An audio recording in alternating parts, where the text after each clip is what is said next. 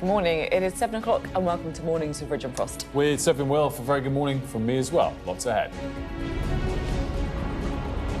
Deadly strikes in the Strait of Hormuz as the US and Iran trade fire for the third night in a row. Counter-terror police are now investigating the death of Anne Whittingham, raising new concerns about politician safety. An inquiry into possible war crimes in Afghanistan is told that British special forces dropped prisoners from a forklift for fun. Also today, Andy Burnham's path to Downing Street is secured, but we'll look at how women will feature in his cabinet. And it's semi-final day at the World Cup. We are going to look ahead to France and Spain and also preview England's game against Argentina tomorrow.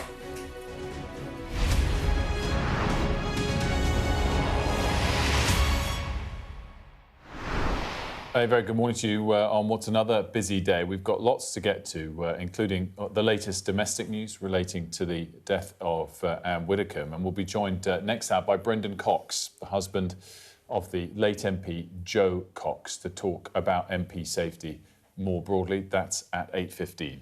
We do start, though, with a bit of breaking news today because there's been major hostilities in the Middle East overnight. We can go straight to Sally Lockwood, who's in Dubai for us and can tell us what's been happening. Sally, what is the latest? Morning to you both, Sophie. There was a lot of quite noisy fast jet activity through the night here where I am in Dubai, and we've now learned that there was a third consecutive night of airstrikes by the US on Iran. And we've also learned that they weren't just targeting the sites that have been targeted quite a lot lately around the coastal areas, anything that is posing a threat to commercial shipping in the Strait of Hormuz. Donald Trump has also warned that there could be more strikes tonight, and this time they could also consider targeting Pickaxe Mountain nuclear site, which would be a significant escalation, something that Donald Trump has now threatened, and that hasn't actually been hit since the war kicked off on the 28th of February. But overnight, two UAE supertankers in the Strait of Hormuz were hit by cruise missiles fired from Iran. That has now been confirmed by the UAE Ministry of Defence, which is a significant escalation in terms of the attacks against the UAE of late. Now, one Indian sailor was killed in those attacks and 8 more people were injured. And the UAE has said that it reserves the right to respond. Now, the Iranian response, as we always see when there's any sort of attack against Iranian territory by the US, they've responded this morning saying that they've targeted US air bases in Bahrain, Kuwait and Jordan.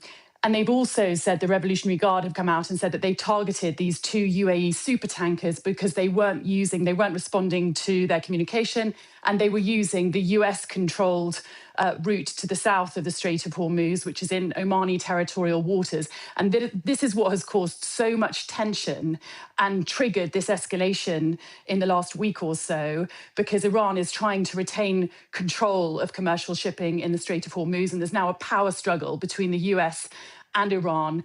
Donald Trump has come out and said that they are essentially going to take control of the Strait of Hormuz. They're going to reimpose the US military naval blockade from tonight. And they're also planning, according to Donald Trump, to charge commercial shipping 20% tolls due to the US now protecting them and patrolling the Strait of Hormuz. I can't see how this is going to be enforced. It's certainly not going to go down well with Gulf nations reliant on the Strait of Hormuz for their exports. But certainly it sounds like there could be more US military strikes against Iran tonight. And certainly in terms of escalation, it's clear now, as Donald Trump said earlier, just a few days ago, the ceasefire is over, and it's just not clear yet how far this escalation is going to go. Sally, thank you very much indeed. Let's have a look at what all of this has done to the markets. Unsurprisingly, oil prices are up, as they have been for the last 10 days, but they're up in a much more pronounced fashion, both yesterday afternoon and into this morning overnight. As you can see, there's the move that we've seen in the last 10 days. So oil prices had gotten down to 70 when that memorandum of understanding was signed, and we've now risen to 85 on Brent crude this morning, up another couple of percent today. But yesterday afternoon, particularly late in US trade, saw quite a few percentage points moves as well. Since the start of this week, we've gone from sort of 75, 76 to 84, 85 in the space of about 36 hours. So it's the most pronounced move upwards that we've seen since that memorandum of understanding was signed. Of course, still low relative to those peaks of 115, but the direction of travel has changed, which will worry people, and just the outright level, even here, even though it's lower than there, just worth noting, we started the war at 70, but we started the year at 60. So whether we're at 70 when the MOU was signed, or now 85, we're going to have a positive impact on inflation numbers as we go through the rest of the year either way, and we're on the up at the moment. As we pointed to late last week, this has had a more pronounced impact on borrowing costs than you might expect. As we said there, oil prices are still quite some way from the highs of this year, but borrowing costs aren't. And in fact, the UK 10-year borrowing cost, which this is showing, is now back above 5%, quite a sort of significant milestone, having a 5 handle on it. The peak was 5.2. And we started the war down about 4.3. So, you know, at 5%, we are much, much closer to the highs of this war than the lows, unlike oil prices. There's lots of other factors playing into that, in part higher yields in the US as well. And that's just what I wanted to end on, because so much of this has rested on whether there's pressure at home on President Trump. And oil prices rising from 70 back to 85, that pressures people, the consumer in the US, a bit, you know, at the pump if they need to fill up their cars. But it's not as punishing as 115 as he approaches the midterms. Yet he is feeling the pressure when it comes to US borrowing costs, but he's persisting with ignoring the end of this ceasefire. This is a 1-month chart of the US 10-year gilt. So it's worth noting, obviously, that the US still pays less of a borrowing rate, 4.6 we're now above in the US than we do. Ours was 5%, but it's risen. It's risen in a very similar fashion over the last couple of weeks as the UK borrowing cost has as well. And the bond market is probably more important to the US president and his Treasury Secretary than the oil price. So while we are seeing a sort of relaxed tone from the US president, because oil prices have risen, but not that much in the grand scheme of things, we've got to keep an eye on this borrowing cost in the US, which is definitely attracting unwanted attention from his part. Yet so far, it hasn't led him to U-turn on the attacks that we've seen in the last few days on Iran. Now, our other major story this morning, of course, is the murder investigation into the death of Anne Widdecombe. Counter-terror police are now leading that investigation, which is it's a pretty major escalation after a very fast-moving day yesterday. Questions also, of course, being asked about MPs' safety, politicians' safety and security more broadly as well. A 28-year-old man remains behind bars this morning. He was rearrested on suspicion of terrorism offences. Our West of England correspondent Dan Whitehead reports. Arriving at speed, this is the moment police captured the man suspected of murdering Anne Widdecombe. From the start, this has been a fast-paced investigation. Now we learn it is being led by counter-terrorism police after the 28-year-old was rearrested on suspicion of terrorism offences. I can confirm to the House that this man was not known to prevent. The police have cautioned against speculating about the case. That is the right thing to do for Anne's family and friends. It is also vital that the police are given the space they need to carry out their work. Today is a dark day in our political life, but we must also use it as an opportunity to celebrate Anne Widdecombe's memory. Counter-terrorism police took the lead after new information and evidence came to light. While the forensic work continues at Anne Widdecombe's house down here, this has become a far wider inquiry. Counter-terrorism police describing it as a complex and dynamic investigation.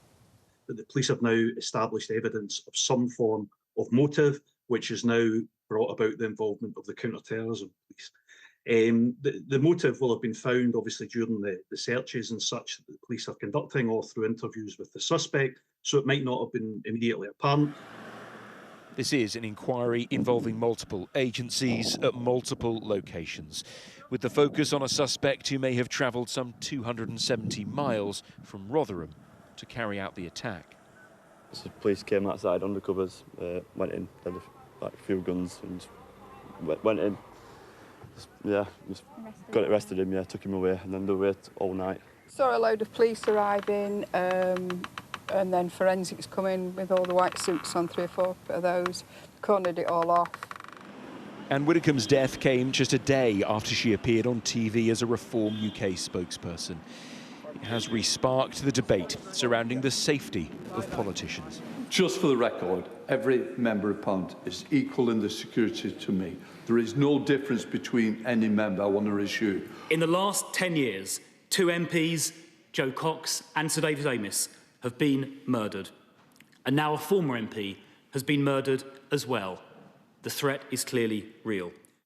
Political motivation for the murder had previously been ruled out. The head of counter-terrorism police says they are now pursuing multiple lines of inquiry to establish just why the 78-year-old was murdered. Dan Whitehead, Sky News on Dartmoor, Devon. Well, look, it's pretty clear, isn't it? I think that the debate is going to move very quickly to the security and safety of, I wasn't going to say MPs, because it's actually not just MPs, it's people in public life, it's politicians in public life. Reform UK clearly has a lot of spokespeople who are not MPs and so don't automatically receive the same security protection that MPs would receive. And this does seem to be one of the key things yesterday that, you know, Shabana Mahmood, the Home Secretary, is saying that she wants to reach out to Nigel Farage and organise this meeting between Nigel Farage and the providers of security for politicians. Yeah, and look, I think in the more medium term, there's going to be a very understandable debate about precisely whether the wording of the statement from Devon and Cornwall Police could have been tighter, and the scale of the interpretation of that statement as well, and the way that it was kind of quite widely concluded to be definitive and be all and end all. Yeah. In sympathy, you know, I'm sure Devon and Cornwall Police haven't had to deal with many terrorism-related cases or political-related cases.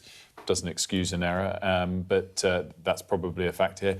And I also think the other factor, more long-term, to get to the bottom of it, is we live in a world now where everyone wants immediate answers, and they're quite rushed to wanting a binary this or that, when there's a big grey area and a big uncertainty in these cases as well. We're going to be talking, of course, to Brendan Cox about this a little bit more in the next hour as well.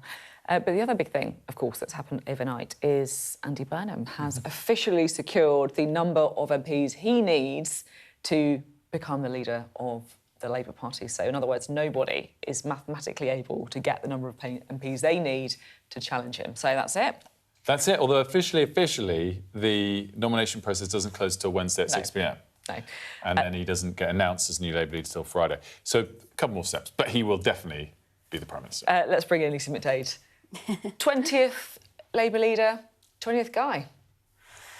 Yes, so you look at the numbers, 349 Labour MPs are now backing Andy Burnham. So there is an overwhelming support for this man to be the next leader of the Labour Party, the next Prime Minister. That does not negate from the fact that this is, for many Labour MPs, this is what they say, it is an embarrassing fact that this party has never had a female leader, 120 years. And you look at, I mean, I've been looking into this, as have a lot of other journalists for a very long time, been looking into kind of the data. Every other job in the Labour Party's senior role has been held by a woman. Look at Rachel Reeves, she's the first female chancellor. The party has smashed a number of glass ceilings, but why not this one?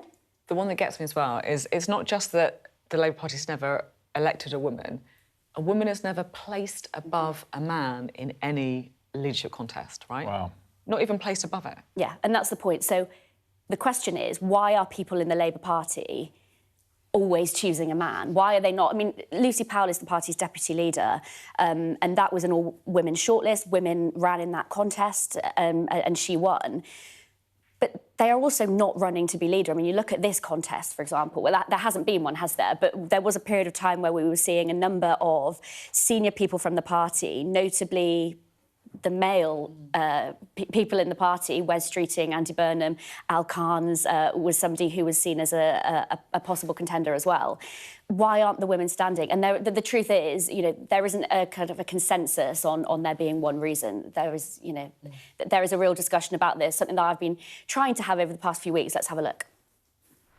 I would love the next Labour leader to be a woman. I think we're well overdue. I mean, I always think that the next Labour leader should be a woman, so yes. Andy Burnham is going to be Labour's next leader. But did you know that in more than 120 years, Labour now having 20 elected leaders, not a single one of them has been a woman? I think it's absolutely outrageous. We are so committed to equality, but somehow all our commitment, everything we say, has not translated into what we do. Let's just put this into context. So every other major political party in the UK has been led by a woman. Labour has had them acting in the role, but nationally, the top job chosen by the party has always gone to the male candidate. Margaret Beckett, beaten by Tony Blair, Diane Abbott, beaten by Ed Miliband, Liz Kendall and Yvette Cooper, Jeremy Corbyn, Lisa Nandy and Rebecca Long-Bailey, Keir Starmer. I think Keir Starmer, wasn't he the only man last time when he stood? Yeah. Even when you look around the world, Labour here is an outlier. The main left-of-centre parties in 50 countries, including most of Europe and South America, have smashed this ceiling. Progress has been made. Labour had the first female cabinet minister, first woman chancellor, more female MPs than any other major party. And under Keir Starmer, more have been in senior roles than ever before. But off camera, some are still saying it's a boys' club. These are allegations Downing Street has always rejected, given the number of highly qualified women in number 10 and across government. Lucy Powell was elected Deputy Labour leader last year. All 6 candidates in that contest were women. Women were coming forward for that job, and I think there was a real desire for it to be a woman. I'm not, a massive fan of kind of quotas in that sense, because then people don't necessarily think you've got the job on merit. All women's shortlists are a bit divisive, but they're undeniably effective and not just used by Labour. The Conservative leader, Kemi Badenoch, though, has essentially said women in the Labour Party are moaning, and if they want the top job, they need to fight for it. You know, there is a viciousness towards women that put themselves forward, that come from my side of the fence sort of thing. Any woman you see rising kind of to the top of our party, it almost is like there's a concerted effort to then tear her down, to put her back in her place. Society has a problem with women being leaders coming through that glass ceiling. It's a societal issue that we haven't effectively tackled within the Labour Party. Andy Burnham has tried to reassure his female colleagues. This campaign was won by a band of strong Northern power women. I wouldn't mess with them. Well, those were some of his words after that by-election win. They were directed at some of the party's most powerful women. But while he is the most popular choice for leader now, there is already a conversation about who needs to come after him. Lucy, does this change the dial at all in terms of who might get top jobs in the cabinet? Does he have to keep more women in those places, or is that too much of a leap? Well, I think the answer is probably yes. I mean, you look at those words there when Andy Burnham won the Makerfield by-election, he did point towards the women standing behind him who'd pretty much driven his campaign. He knows this is an issue. The women's PLP, so women represented in Labour in Parliament, have got him into a room. They've said to him they want him to appoint at least 50% of his cabinet, of other ministerial roles, to women. But as you can see, Lucy Powell was saying there is disagreement that is the right way forward. Rightly, a lot of women don't want to be appointed into a job because they feel like it's ticking a box. So there's that potential challenge there as well. I think for Andy Burnham, he knows that it is bigger than this. It's not just about representation in those public-facing roles. It's also who's in number 10. This kind of criticism plagued Keir Starmer's time in Downing Street, that it was a boys' club, jobs for the boys, conversations happening when women weren't in the room. They've always denied that, but it's something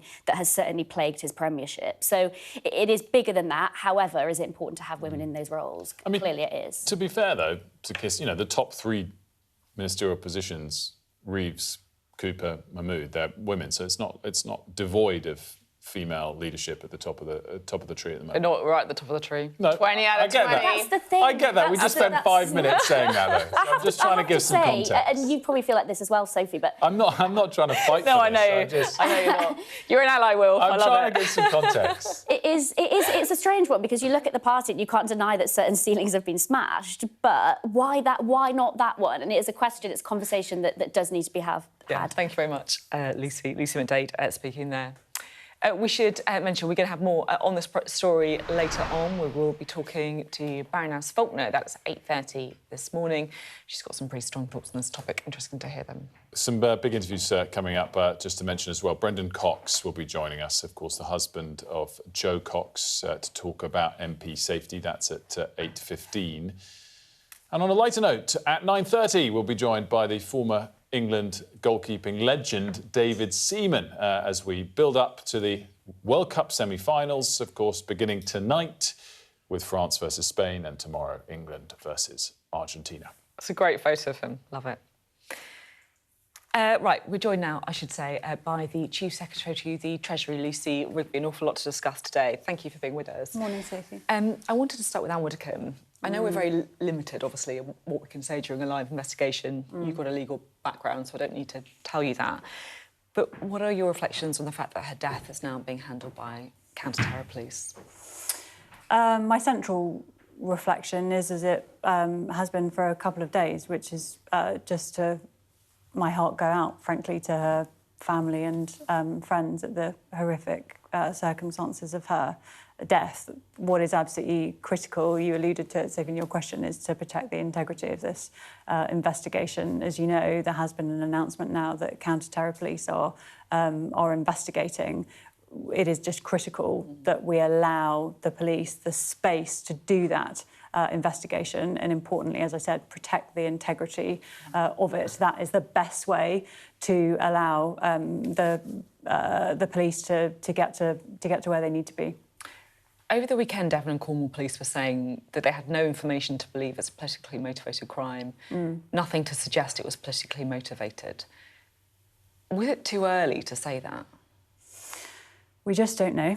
We just don't know. Look, I am sure that in the coming months, potentially years, there will be time to look back over what has happened, including in the early stages of this investigation. The time to do that is not now. As I said, what's critical is that we protect the integrity of that investigation, and the best way to do that is to avoid commenting on it.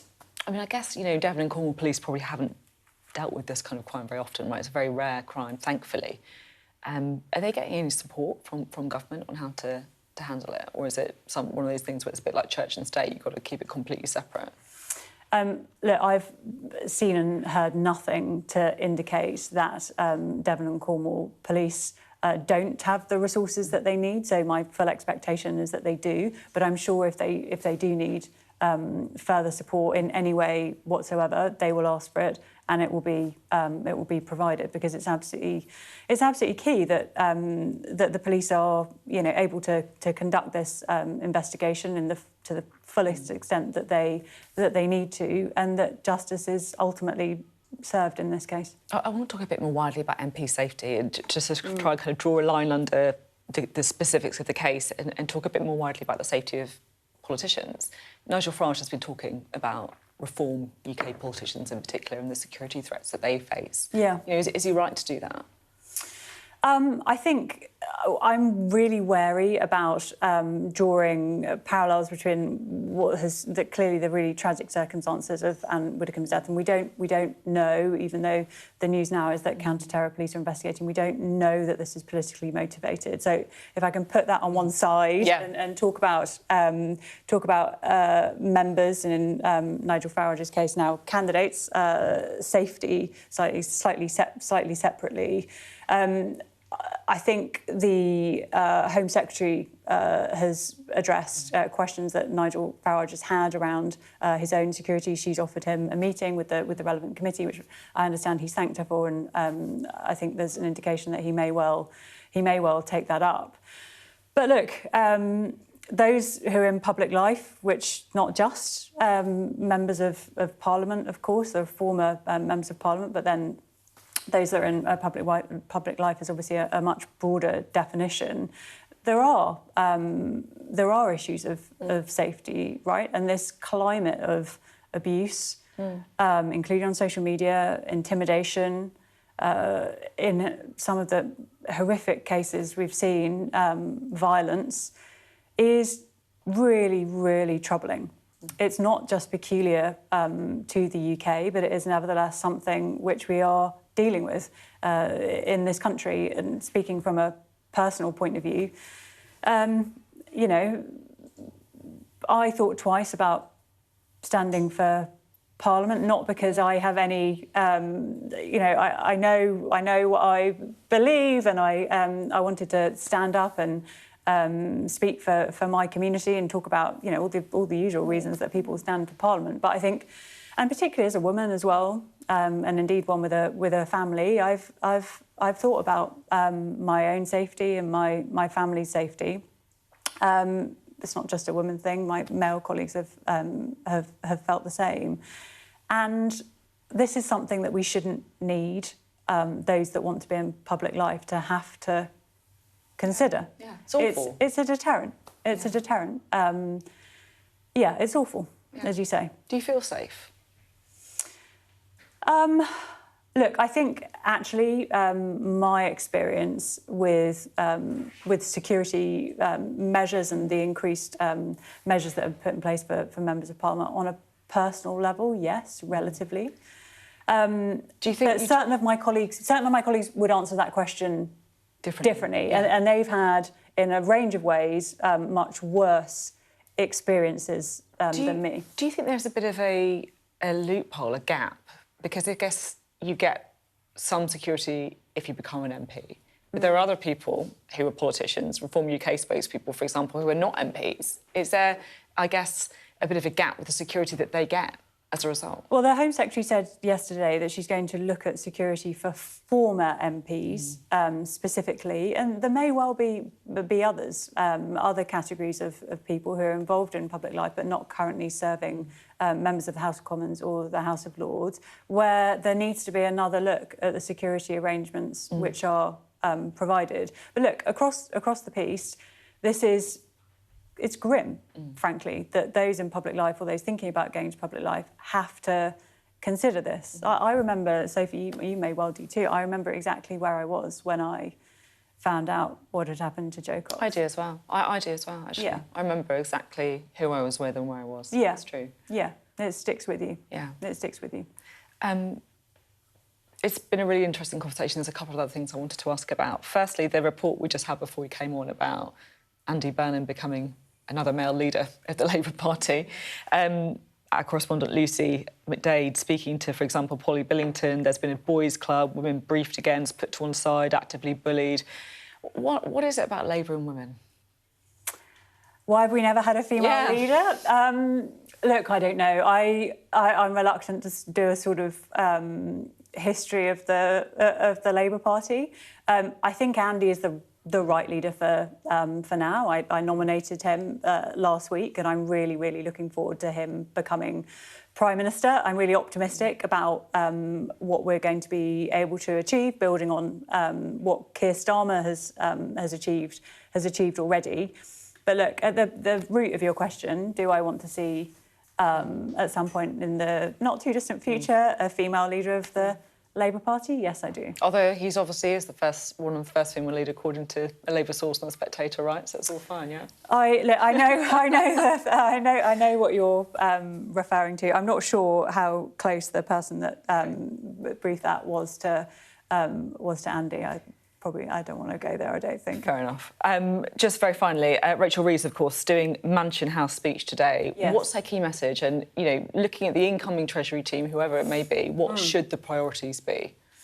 I think the priorities have got to be building on those foundations over the last 2 years, and now really, really putting rocket boosters under growth. because we know that growth is the way that we further raise living standards for people right across the country. As Andy said, good growth in every postcode. For me, that is about a more productive economy. We've got to get levels of productivity up. We've got to back British innovation, and we've got to back British businesses, including small businesses, which are the lifeblood of our economy. And the Chancellor is going to be speaking tonight. She's been speaking a bit over the last few days as well about the expansion of the Growth Guarantee Scheme, which is a really key way in which we can enable SMEs right the way across the country to be able to access the finance that they need. At the moment, there's roughly about a 4 billion gap between the finance that SMEs need and want and what they're able to access. If they can access that finance, they can expand, they can create more jobs and do all the really, really good stuff that they want to do. Certainly the business in my constituency wants to do. The key means by which we can get growth going even quicker than it is now. OK, Lisa Rigby, thank you very much. Always good to have you on the programme today. Lisa Rigby speaking there about, well, a range of things, really, but also, of course, I thought it was really, really significant because, you know, she made clear there that she paused, thought hard about whether to go into politics because of safety fears, saying that those thought processes are grim to deal with. And look, I do think this might prove to be a big moment in our politics. And, you know, we talked earlier about the committee that decides whether people in public life need more protection or not, and the Home Secretary's involved, police is involved, speakers involved. This maybe shouldn't be about whether hard and fast every MP faces the same threat. It's how they feel. You know, MPs give up an enormous amount. All of them could be in the private sector earning double. All of them could be in the private sector earning double with way less stress, way less threats and pressures on their family life normally. And security shouldn't be a consideration. And we're clearly at a point now where a big percentage of MPs have that fear, and that fear should be taken away from them. Yeah. Whether or not the police, which I get, they can't give everyone around, you know, stuff free, but I think they can to MPs. Yeah, it's different. Exactly. They shouldn't have that fear. And also, it is actually a really important part of democracy, because what are people trying to do? They are trying to shut MPs down. They are trying to shut down politicians that they don't agree with, right? That is literally what is happening here, whether it is intimidation, whether it is online threats, whether it is real and active threats. And that is a threat to our democracy itself, right? We obviously still don't know about the specific motivations of the person accused of killing Anne Widdecombe, but absolutely right for the general abuse on social media, left, right and centre. And it does clearly discourage people from deciding to stand in the first place. A deterrent, that's the word. And that's a worry. It's a real worry. Lots more still to come. World Cup semi-final on a lighter note is tonight. It's a lighter note, but it's nerve-wracking, though, isn't it? Yeah, it's all right, France and Spain. We can enjoy this one. We sort of enjoy this one. We're so close now to our one. France and Spain. Get the anxiety. Tonight, England, Argentina tomorrow night. We'll be talking about it next.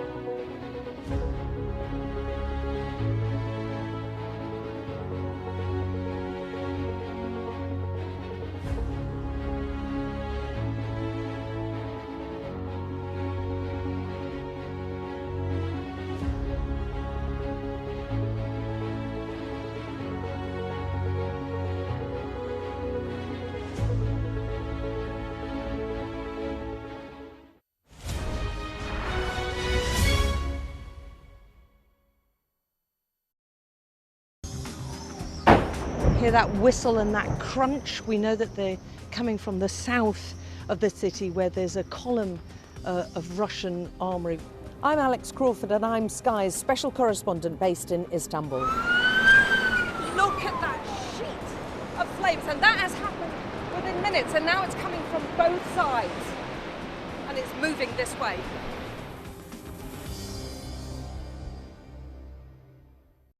The best thing about being a Sky News journalist? I'll take you behind the scenes here for Election Night Live. They have gone up and up. Being a Sky News journalist. Ed Conway, Sky News, is anyone going to talk to us? Mortgage rates did go up very sharply during your time in office. Here it is. First off, just the scale of what we're looking at. Our data shows it's been happening. Question is why it hasn't been stopped. Welcome back. An inquiry looking into possible war crimes by UK Special Forces in Afghanistan has heard some truly shocking claims. So one account is that British troops dropped Afghan prisoners from forklifts for fun. Sky's Sajid Chowdhury is at the Royal Courts of Justice. What have you been hearing? Well, these are just allegations. I think it is important to state that at this time these are just allegations, but they are really serious allegations, and they are against our most elite forces, the UK Special Forces. These are the guys who are trusted, who we rely on to go into the most difficult situations with the highest risk and carry out the most challenging of operations during war times. So these are really serious allegations, but it is a public inquiry that is looking into these allegations. And actually, it's not very public because much of what we're getting and what is being heard in secret, in closed sessions. But what does happen is from time to time, the chair of the inquiry releases the gist of what has been said. What he says is the gist of what is being said. There's no way for us to verify that because we're not allowed in during these closed sessions either. So this is what's been released today, two gist materials from two witnesses who gave evidence in secret. The first of them saying that a soldier had told her that prisoners were often put onto forklifts, then driven around really fast, braking suddenly so that essentially those prisoners would get flung off the vehicles. And he said this happened in Iraq, but also in Afghanistan. And she was very disturbed because she said this soldier was laughing and thought it was fun, and whereas she thought this was a really serious thing for UK Special Forces, remember, our most elite forces, to be involved in. A second witness who also spoke to the inquiry, again in secret, had told them that every time he tried to raise an issue, a concern about this, he was shut down. And at one point he was called a Taliban-loving apologist because he was trying to get answers, that he wanted to see tapes of these killings. Sometimes he has the authorization, the appropriate security authorization to view the tapes, but he was denied. Again, I remind you, this is a public inquiry, so these aren't criminal proceedings, but very serious allegations indeed. And the Ministry of Defence says that it's going to reserve its full comment until after the inquiry has concluded. Sadia, great stuff. Thanks so much. There's going to be certainly much more to follow up on with that report. Let's have a look at the weather. Dinner under the stars tonight? That reminds me of our travel insurance. You mean All Clear Skies? All Clear Travel Insurance sponsors Sky News weather. In parts of the south will see heatwave conditions through to the weekend at least, but it won't be quite as extreme as it was last week. Western parts will have plenty of sunshine this morning. Central and eastern Britain will see early cloud largely burning off, but many northeastern coasts will stay pretty grey. So it's going to be warm, generally hot in the south, but it will feel quite cool near the North Sea. Southern parts will be quite windy inland, but the wind will then ease near Channel coasts. And there isn't going to be much change this afternoon as well. A bit of cloud, though, could begin to spread back across the northeast. All Clear Travel Insurance proudly sponsors Sky News weather.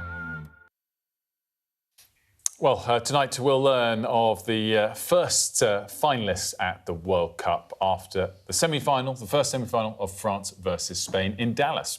So the winner is then going to take on either England or Argentina in Sunday's final. Our sports correspondent, Rod Harris, has all the build-up. It's a type of revenge for us. So for the war? For the war, yes. So we want to win. We have friends, family that were in the war and died in the war, so it's important for us to play against England and to win. 44 years on from the Falklands War, those Argentina fans immediately brought up the conflict when I asked them what the Argentina-England football rivalry means to them ahead of the World Cup semi-final here in Atlanta. The most important match in Argentina for the last 30 years. These Argentina fans weren't even born when Argentina launched and then lost the conflict with the United Kingdom for the Falklands. And expect chants here in the stadium. There is no separation of the fans at this World Cup. You can be sitting alongside your rivals, and that could mean quite an intense atmosphere here tomorrow. Will you be chanting about the Falklands? Yes, exactly. Does it have a place in football to talk about it? I think that yes. Referendums since the war have shown overwhelming support on the Falklands to remain a UK overseas territory. But Argentina still claims sovereignty. For one of international football's great rivalries, it's a rarity for England and Argentina to play. It's why until tomorrow here in Atlanta, the three Lions have never come up against perhaps the greatest of all time, Lionel Messi, which maybe hasn't been a bad thing in terms of progressing at World Cups. But it was against another era's genius, Diego Maradona, that stoked this footballing feud. The hand of God cheating that knocked England out of the 1986 World Cup. 12 years later, it was all about David Beckham and the petulance that saw him sent off as England crashed out in France. But in 2002, there was victory for Sven-Göran Eriksson's England. The men haven't met in a competitive fixture since, with the last friendly organised in 2005. While we've heard some England fans chanting about past conflicts during this World Cup, these fans we encountered here in Atlanta don't want a political edge to this match. To me, it's all about a game, and I think to blow it up bigger than a game and make it political or about a war will probably create an atmosphere that wouldn't be helpful for the fans in the stadium. It's not a big deal for us politically, I think more from their standpoint. This will be the most intense match so far at this World Cup, the biggest challenge perhaps for police. And while England just want to focus on reaching a first men's World Cup final since 1966, so many around Argentina still want to bring the Falklands War into it. With the fans mixing in, there is a real potential that there could be trouble. The challenge in the stadium, preventing any friction between fans and ensuring that the geopolitical tensions don't become unsavoury. Rob Harris there with all of the build-up. We should mention again, 9:30 we'll be joined by David Seaman, of course, who's played in a number of fiery England-Argentina matches. But now time to focus on tonight's semi-final. Of course, two giants of the game, France and Spain, going head-to-head. We're joined by Spanish football fan Raul Mancia Rivera and French football fan Alexander Seal in the studio. Here we go. Good morning, guys. I don't know where to start. You both look excited. So, quick first answer. Raul first. Are you feeling confident or nervous? Nervous. More than confident. Alexander? Yes, there's a sense of confidence in France today because 73% of French people think the French team will win this World Cup. So, yes, I'm pretty confident. Yeah. I love that. I love the system. Exactly. I love that. Yes. Do you think Spain have kind of gone through a bit like the kind of hidden, like, you know, just going about their business, not conceding? Absolutely. We didn't start great, but at the end, look, we are in the semi-final. And we are there. So I like that you say that the 73% of the people think that you are going to win because it's what we want. That's it. Yes, exactly, because I think France is the favourites. Yeah. You know, they're not really relying solely on Kylian Mbappé. There is Désiré Doué, who is 21 years old. There's Michael Olise, who had 6 assists, and Ousmane Dembélé. So they all had a fantastic tournament. Yeah, I mean, it's been a joy to watch France, I have to say. It's been incredible, like, wonderful attacking football and all that kind of stuff, definitely. Where are you guys watching? Have you got, like, a kind of Spanish bar or, like, a kind of French pub? How are you going to watch the game? I have here in London my area of confidence where only Spanish people are allowed to go, sorry.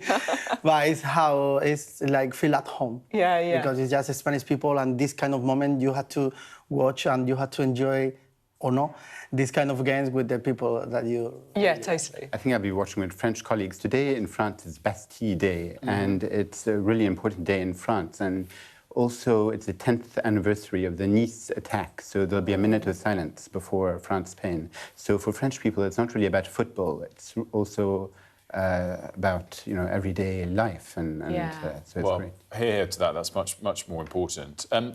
We've been talking about, as Rob was in the package, England-Argentina is as fierce a rival as it can be. What's the Spanish-French rivalry? Is equally as fierce as it can be when it comes to football, or are you guys friendly rivals? I think we're more friendly rival than any other thing. Yeah. Yeah, I don't have any. But you still want to win. I think so, man. I think so. I'm not gonna lie. But the main thing is today for me. Yeah. I think we win today. The winner of today is gonna be the winner of the World Cup. Oh.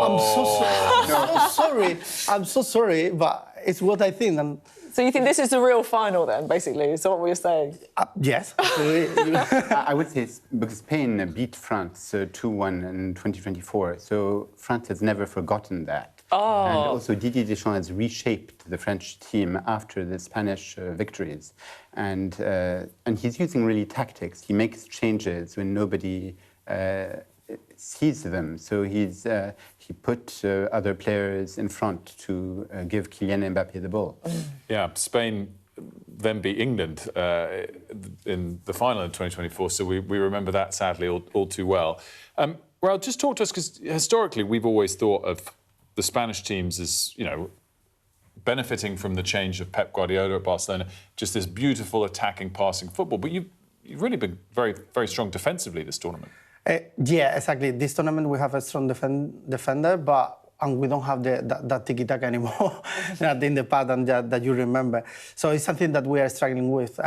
Lamine Yamal is not fit 100%. One of the main players, Nico Williams, is not fit 100%. So we are playing as a team. We don't have any big, massive star. Yes, Yamal, but he's not in the 100%. He's not fit 100%. He didn't show us anything this tournament. Just one goal, one assist. Come on, so we are playing as a team. We are not playing as a tiki-taka.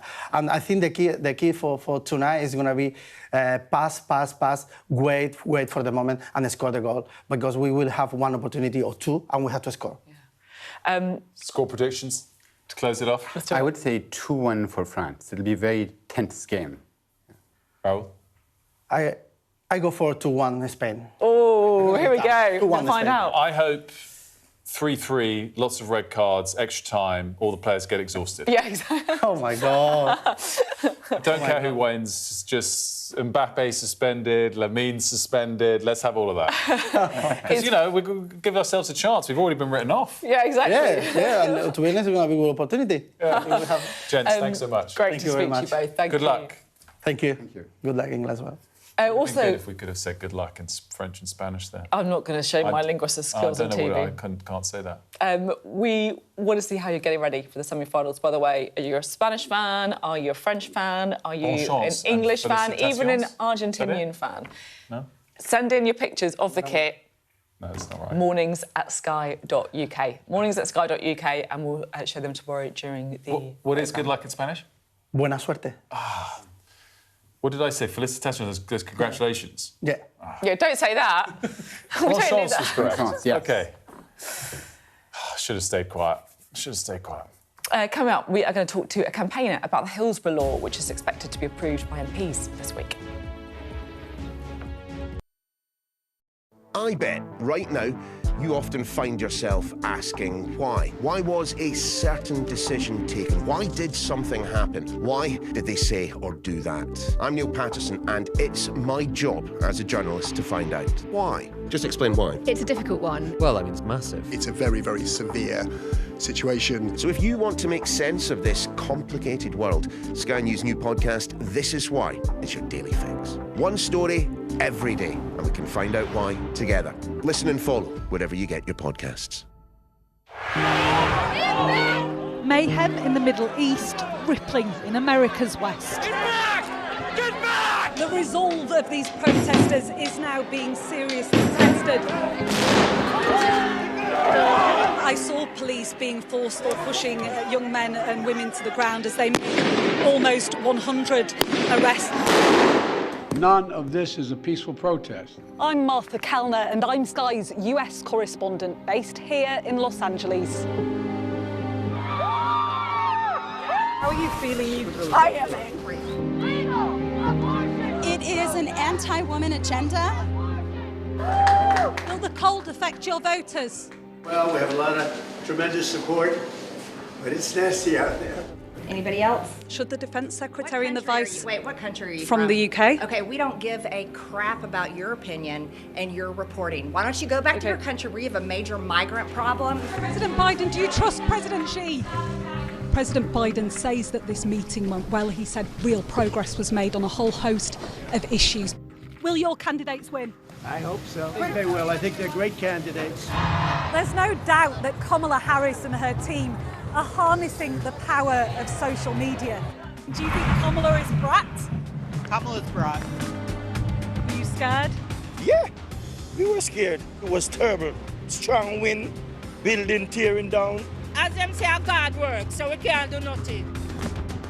The people here know that worse storms may well be on their way. Sky News, get the full story first.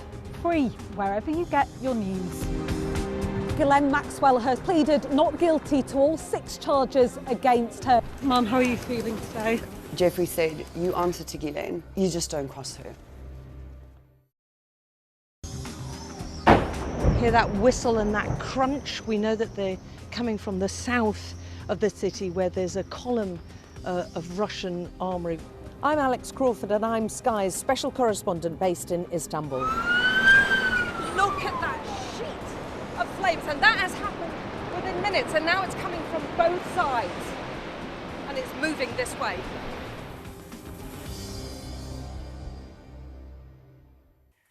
Welcome back. The long-delayed Hillsborough law is expected to be approved any day now, making it an offence for public officials to block or mislead inquiries. It's named after the Hillsborough disaster in 1989, when 97 Liverpool fans were killed.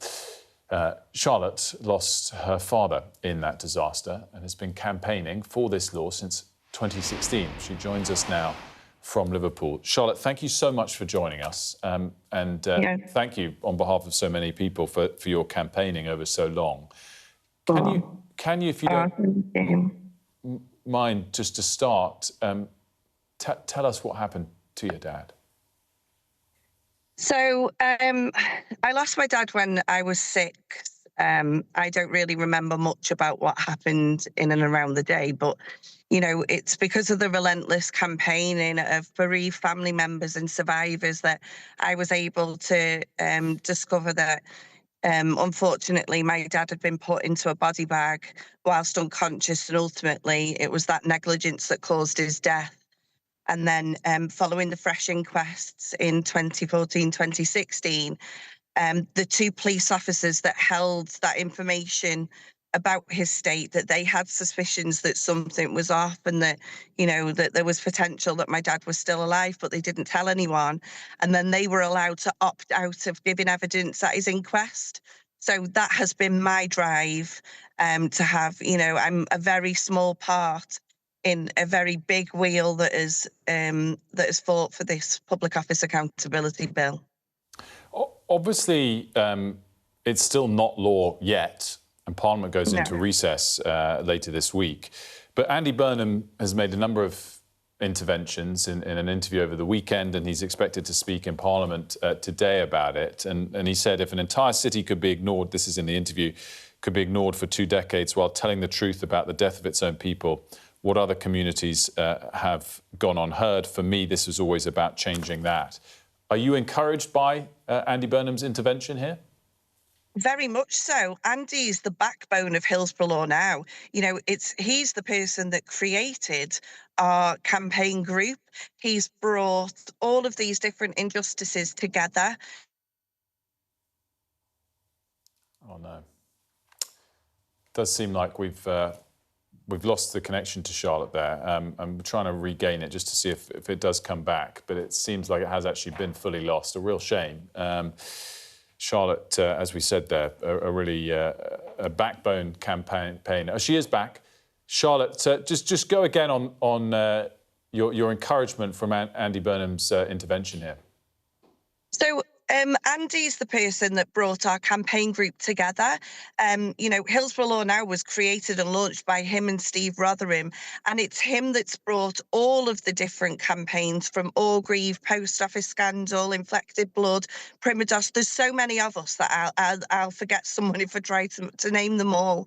But it doesn't surprise me that Andy said something like that whatsoever. He's so passionate about correcting injustices, and you know, he has been the backbone of our campaign group. Do you give credit to Keir Starmer as well?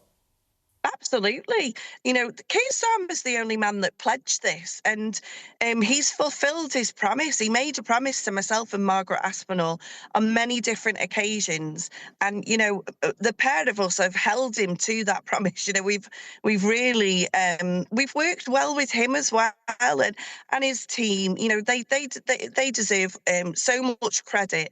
This has been a really unique situation, and it's been a very inclusive one as well. It's been a privilege. Charlotte, thanks so much for joining us. I'm sure they would say right back it's been their privilege if they were here, but we really appreciate you joining us. Sorry about the connection. Oh, thank you.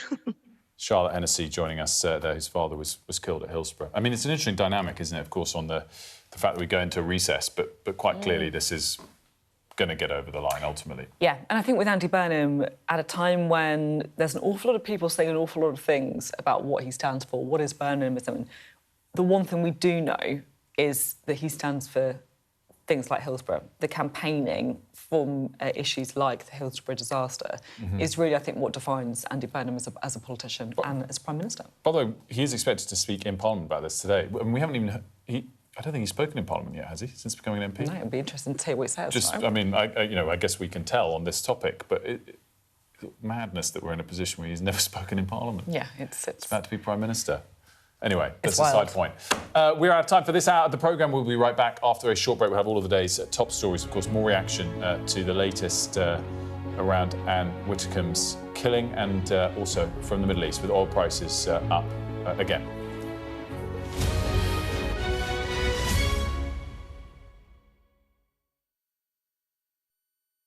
What's the best thing about being a Sky News journalist? Who's funnier? Being a Sky News journalist. A special edition of The World with me, Yalda Hakim. Pakistan has the right to respond. You're like, what? Historic day here today. Congratulations, this is a huge moment. But what happens now?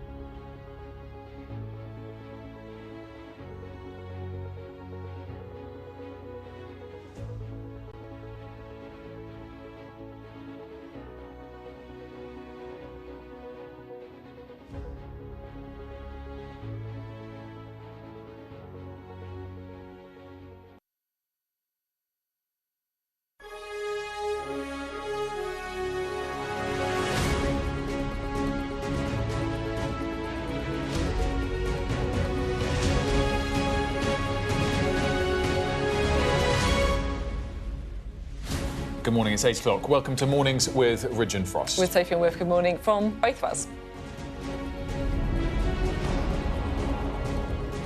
Deadly strikes in the Strait of Hormuz as the US and Iran trade fire for the third night in a row.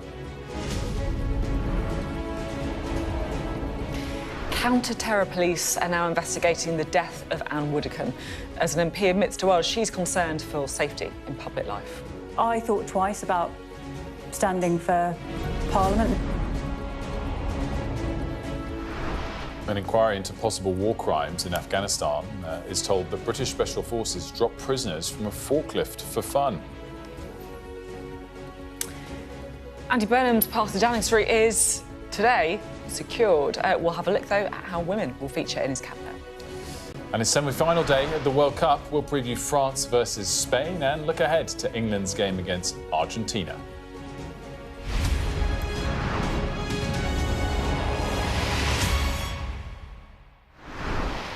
Good morning. Thank you for being with us. Another busy day, a lot to get to. We are, of course, going to be unpicking the extraordinary turn in the Anne Widdecombe murder investigation that has now been dealt with by counter-terror police. And we'll be talking shortly to Brendan Cox about that, the husband of the late MP, Joe Cox, about MP safety as well at 8:15.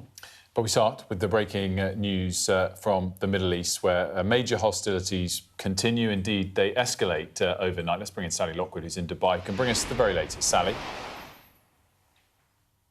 Yeah, morning to you, Wilf. There was a lot of fast jet activity over at the UAE last night, and we learned that US Central Command had carried out a third consecutive night of strikes against Iran. It began shortly after midnight local time here and lasted around 5 hours. Now, Iran has responded. The Iranians have said that they've targeted US military facilities in Bahrain, Kuwait, and Jordan in response, but so far confirmation only from Bahrain, who've issued several alerts to their residents this morning to shelter in place. But another significant development overnight is that the Iranian Revolutionary Guard hit 2 UAE supertankers in the Strait of Hormuz with cruise missiles, causing fires and disabling them. And one Indian national, who was one of the crew members, was killed in those attacks, and another 8 people were injured. The UAE has come out and confirmed that. The Ministry of Defence has said they reserve the right to respond. And in a statement, the Revolutionary Guard have said that they didn't respond to warnings, which is why they were targeted, because they were using a route that was not the Iranian-approved route in the north of the Strait of Hormuz. They were in Omani territorial waters in the south, which is the route that is being encouraged by the US military. And that is where all of this escalation that we've seen in the last week has been triggered. Iran trying to retain control of commercial shipping in the Strait of Hormuz, targeting vessels that are not using their route, and the US has responded. This is the 5th attack against Iran by the US in the space of a week. And Donald Trump has warned that there could be more attacks tonight. He's also said that it won't just be limited to the military targets that we've seen in recent days, that pose a threat to commercial shipping in the Strait of Hormuz. Donald Trump has also warned that they could also target Pickaxe Mountain nuclear site, which has so far not been targeted by the US since this war kicked off on the 28th of February. So that would be a significant move in terms of escalation. Donald Trump has also said that essentially America wants to take control of the Strait of Hormuz. They're going to reimpose the US military blockade on Iranian ports from midnight local time tonight. Let's see how the Iranians respond to that. And on top of that, Donald Trump says he wants to charge 20% fees to commercial vessels for safe passage through the Strait of Hormuz, because, as he put it, I want to be reimbursed because we are protecting a very rich portion of the world. Now, not only does this break global norms, international law, I'm sure it's not going to go down well with Gulf nations who have been significantly impacted by a war that they didn't want, not just in terms of their security, but also their economies. So we'll have to wait to see what reaction there is to that, and also whether it's something that will even be able to be enforced. But what is clear this morning is that when Donald Trump said just a few days ago that this ceasefire was over, he certainly meant it. What we don't know yet is just how far this escalation is going to go. Sally, thank you very much.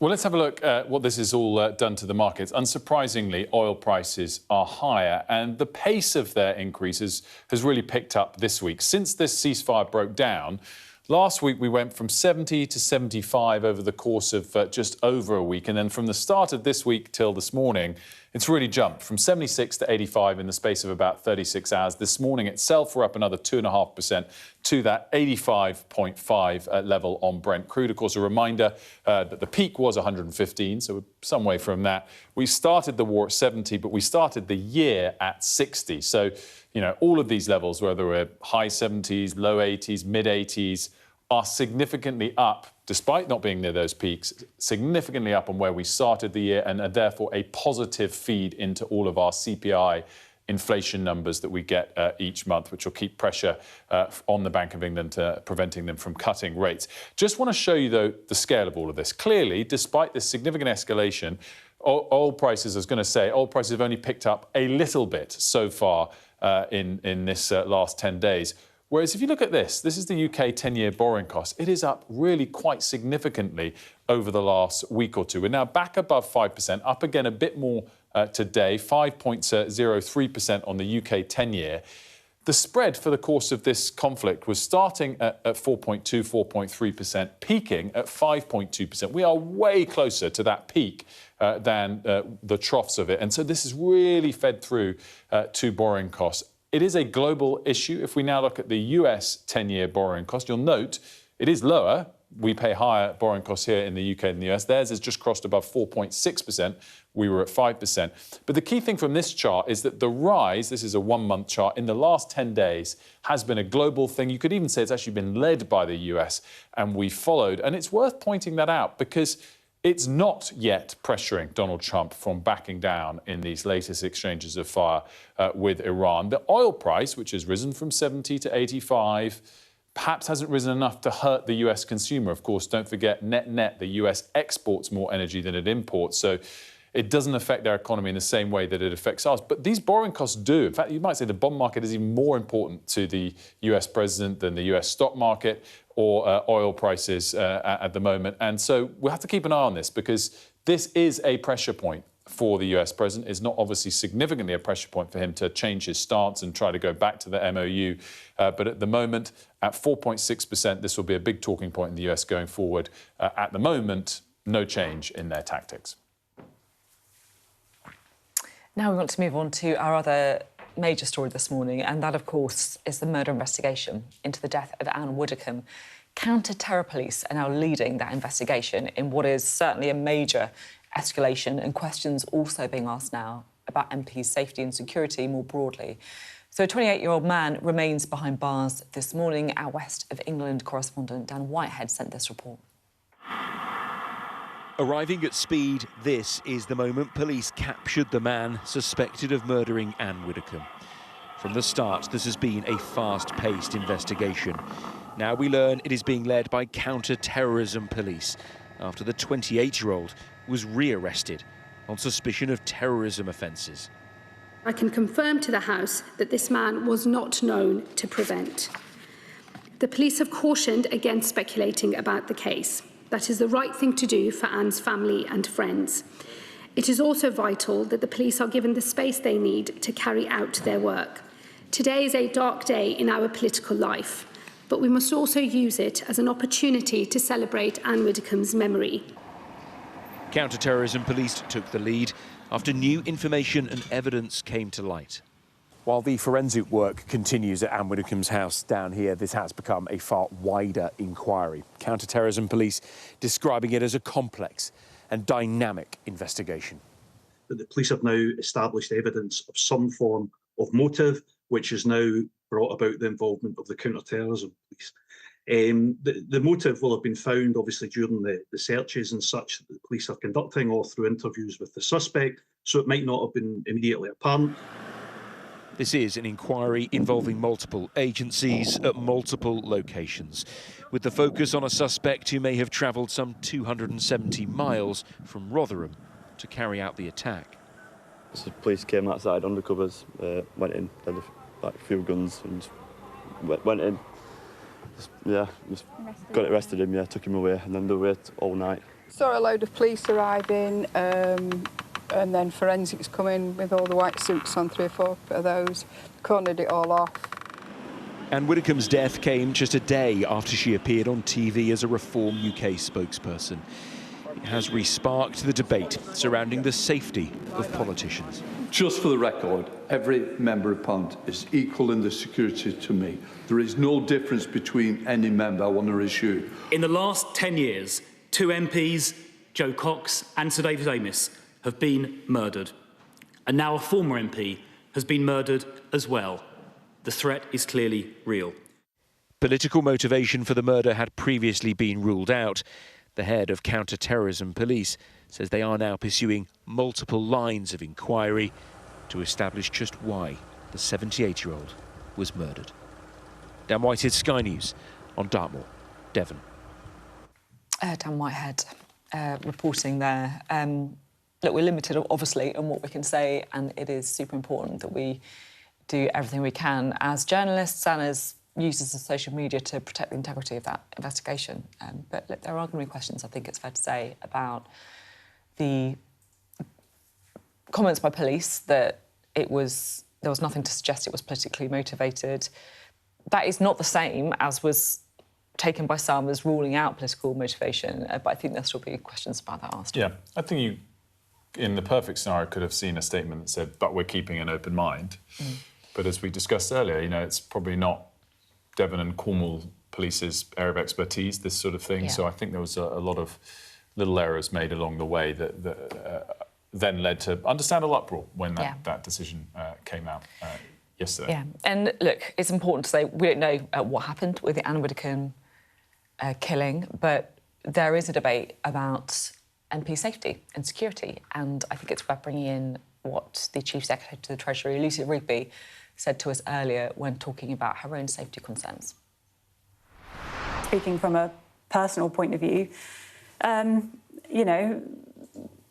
I thought twice about standing for Parliament, not because I have any, I know what I believe, and I wanted to stand up and speak for my community and talk about, all the usual reasons that people stand for Parliament. But I think, and particularly as a woman as well, and indeed one with a family, I've thought about my own safety and my family's safety.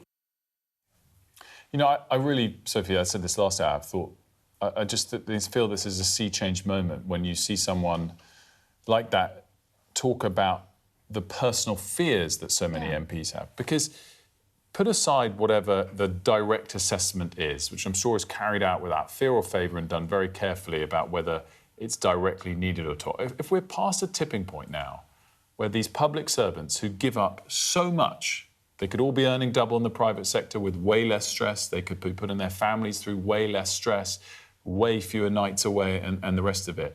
If we're at a place where the majority of these MPs fear for their safety, with some level of exaggeration or not, that's too much. And I think it is a duty on the state to remove that fear, both from the current serving MPs, but potential people that might want to step forward in future. I think we're past the tipping point now. Yeah, and we've seen it with Reform UK as well. I think there was a legitimate point that many of their frontbench spokespeople are not MPs. They don't automatically have the same levels of protection that other members of Parliament would have. And we want every single one of them to feel safe to stand. Because that is democracy. Let's be real about it. Threats to safety or real acts of violence, this is designed to silence people. It's designed to shut people up, effectively. And that is not OK. It is a threat to our democracy.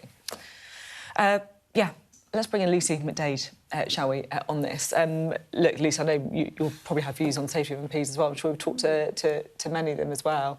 But you're here because it is a moment today, Andy Burnham. He's got the number of MPs that he needs. Yeah, he's now reached 349. I mean, we've been saying for a while, haven't we, that it feels almost inevitable that he was going to be the next Labour leader, that there wasn't going to be a contest, that nobody would really stand against him. Well, now they can't, because it is mathematically impossible for anybody else to challenge him. So, yes, he will become the next Labour leader officially on Friday. Then on Monday, that's when he will become Prime Minister, and he begins his premiership in number 10 Downing Street. He addressed MPs last night, actually. There was a kind of a virtual hustings where he was asked a number of questions. responds. And look, now you are seeing a number of groups of MPs coming out with their many requests for him as Prime Minister. One of them, we are reporting today, actually, that rural and coastal Labour MPs are coming out saying they don't want their areas to be an afterthought, that they feel for a long time those places under Labour have been considered kind of on the peripheries. They are making those requests there. The other, something that has been covered extensively for a really long time. Sophie, you've covered it a number of times as well. And in 2026, we are still talking about the fact that Labour has never had a female leader. Enthusiastically, MPs are backing Andy Burnham to be the next Prime Minister. You know, it's important to say that. But hanging over the party and its history, 120 years, is that while every other job has been occupied by a woman, people in the party are still choosing men over women. And that is an issue for people in the party. They say that. They say that it is embarrassing. I would love the next Labour leader to be a woman. I think we're well overdue. I mean, I always think that the next Labour leader should be a woman, so yes. Andy Burnham is going to be Labour's next leader. But did you know that in more than 120 years, Labour now having 20 elected leaders, not a single one of them has been a woman? I think it's absolutely outrageous. We are so committed to equality, but somehow all our commitment, everything we say, has not translated into what we do. Let's just put this into context. So every other major political party in the UK has been led by a woman. Labour has had them acting in the role, but nationally, the top job chosen by the party has always gone to the male candidate. Margaret Beckett, beaten by Tony Blair, Diane Abbott, beaten by Ed Miliband, Liz Kendall and Yvette Cooper, Jeremy Corbyn, Lisa Nandy and Rebecca Long-Bailey, Keir Starmer. I think Keir Starmer, wasn't he the only man last time when he stood? Yeah. Even when you look around the world, Labour here is an outlier. The main left-of-centre parties in 50 countries, including most of Europe and South America, have smashed this ceiling.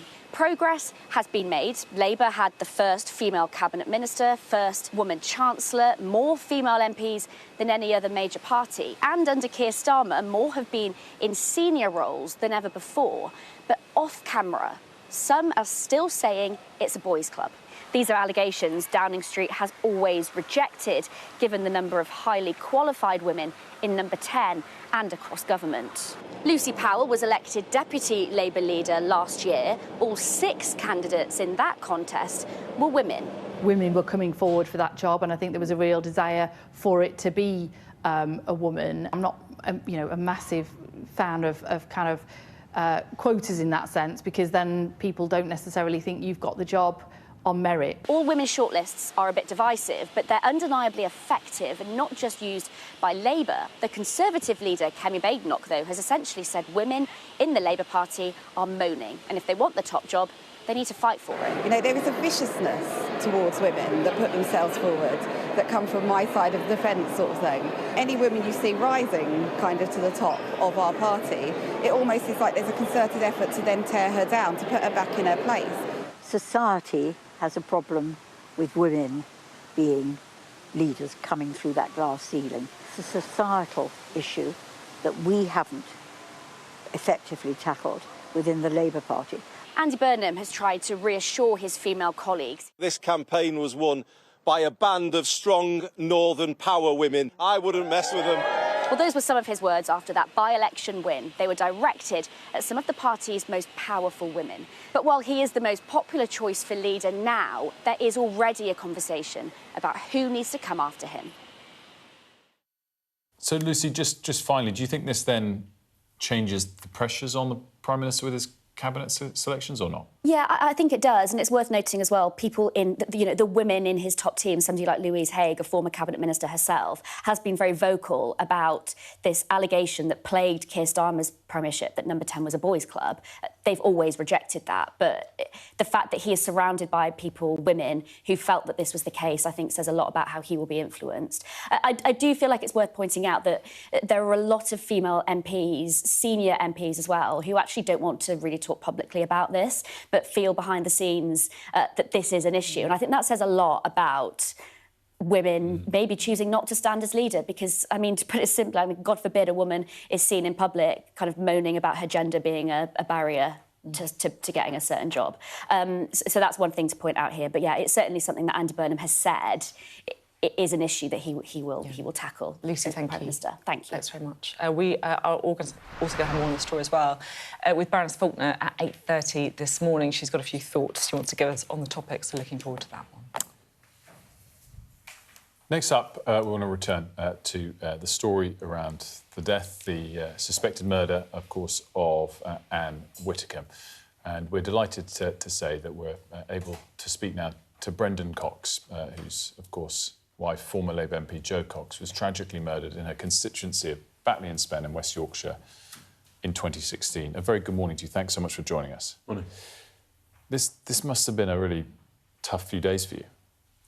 Yeah, I mean, the layers of it coming, obviously, first the sort of sadness that you thought a woman who was in her 70s had died, and just the sadness of that, and then the fact that she was murdered and the horror of that, and then the fact that there might be a political motive to it. And so I think the sort of, through that, I think for all of us, there's a sort of shock, disbelief, and now horror. And obviously, having gone through what our family has, that is more intense, and feeling for the family, the friends of Anne, the impact that this will be having on not just her closest friends, but many, many people that knew her. I was speaking to Katie Amos, whose dad, David Amos, was killed, and actually they were incredibly close to Anne Widdecombe. She did the eulogy at David Amos's funeral, so feeling about the impact on all of them as well. So the sort of concentric circles of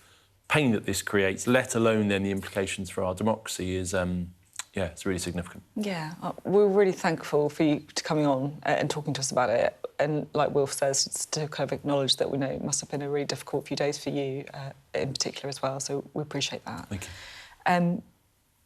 I think it's important to obviously say we don't know the implications of what happened. We don't know anything about the case, but you're talking there about a dark day for democracy. You put on X to say if it does turn out to be a targeted act of terrorism against Anne Widdecombe because of her views, it will be a dark day for our country. We don't know what happened, obviously. But are you worried about, I guess, the democratic issues of MPs and politicians being shut down? Yeah, definitely. And as you say, we don't know, and we won't know until the trial. And so we have to suspend some of the speculation. But what we don't need to suspend is acknowledgement that our democracy is facing these huge threats, and it is an everyday threat. I think you were speaking to MPs earlier who fear every time they go out to their constituency that something might happen to them. I know from speaking to friends that are members of Parliament that their family are often very anxious about them going to their constituency event because of what happened to Jo, because of what happened to David, and now potentially what happened to Anne as well. So I think it creates a culture of fear. I think it puts lots of people off going into politics in the first place. And we have to address that. We have to address that, of course, by improving security for members of Parliament and making sure that is done on a sort of no fear, no favours basis. But actually what we need to do is address the political culture, because we can't put up walls around all of our members of Parliament, all of our councillors, in the case of Anne Widdecombe, all of our former members of Parliament. We simply can't keep everybody safe that way. What we need to change is a political culture that is starting to legitimise and make violence more acceptable, I think. I completely agree with that and want to come to that sort of overall environment in a second. But to this point that MPs do fear today for their safety, and it seems ridiculous to ask this question to you to set aside whether there is, in fact, a clear and present danger to all MPs. Just that fear alone, should we not now, as a country, should the state not eradicate that fear from MPs' minds or potential MPs' minds and just say, let's protect all MPs to the max? Yeah, I mean, I think it is impossible to do, because it's not just members of Parliament, it's people that want to be members of Parliament, it's people that don't hold formal office, people like Anne Widdecombe, it's councillors, it's parish councillors. The violence and intimidation, which is a daily, you know, particularly the sort of online intimidation that happens, is a daily occurrence. and we don't have enough police officers, we don't have enough resource. So it should absolutely be improved. This isn't a sort of a binary choice of either you don't do anything to improve security and you just address the political culture. So we should definitely improve security, and I think we should be spending more resource on it. But we will not be able to keep everybody safe. It is not the way that our politics can or should function. So unless we get serious at addressing the underlying political culture and the legitimisation of violence, people will always manage to get through. You know, nobody wants to live in a democracy where people can't meet their members of parliament. Nobody wants to not be able to go campaigning without an armed guard behind you. It's a ridiculous place to be in. And for the vast majority of our time, our politics is not like that. But something has changed, I think since Joe's murder in particular, where this is becoming more common. It is becoming something which is not just the violence. Luckily, still the violence against members of parliament is rare, but the intimidation, the death threats, that is something that's happening on a daily basis now. It feels to me like ever since the absolutely tragic murder of Joe, you've been searching for ways to bring people together, if that makes sense, to try and address the culture that you see. There's this polarised culture, this angry culture where people are more and more entrenched in their views. Do you feel more or less optimistic about where we are now? Much less optimistic, unfortunately. I do think, so in the aftermath of Joe's murder, I think there was a real sense of shock, of horror across the political spectrum, and the whole country, I think, did come together for a moment to say that is not how we want to conduct our politics. But I think in the years that have followed, we have gone further into our tribes. I think the thing that worries me most is the sort of people feel that you need to pick a side, that, you know, you either need to be worried about the fact that Joe was killed or David Amess was killed or Anne Widdecombe was killed or Nigel Farage was attacked. Like, there should be no place for political violence, full stop. And I don't care who it affects, whether that is somebody on the right of politics, the left of politics, the centre of politics. It's the political culture, and I think we need to get much better as a country at upholding those principles. And I do think that one of the big drivers, one of the things which is legitimising and amplifying violence is the sort of Wild West culture that we have online. I get death threats on a regular basis online. Members of Parliament get them all of the time. And until we do something about that information environment, which is legitimising violence as a political tool, I think we'll keep coming back to this situation. My frustration, I think, is not with the public. I think the public are generally very sensible around this. But in an ecosystem where the regulators and politics enables social media to consistently promote, not just allow, but promote the most extreme content, often content which is violent, until we address that, I think we'll be going downhill on this. Yeah, it's hard to think of a comeback for that, but thank you so much for joining us, Brendan. We really do appreciate it. Again, so sorry for your loss 10 years ago. Thank you. Thank you very much. Thank you, Brendan. Coming up, we'll continue our coverage, of course, of the death of Anne Widdecombe, the fallout for it, what can we learn from it, and we'll also be looking ahead to what to expect with Andy Burnham, new Prime Minister. We'll also be talking to Baroness Faulkner. That's next.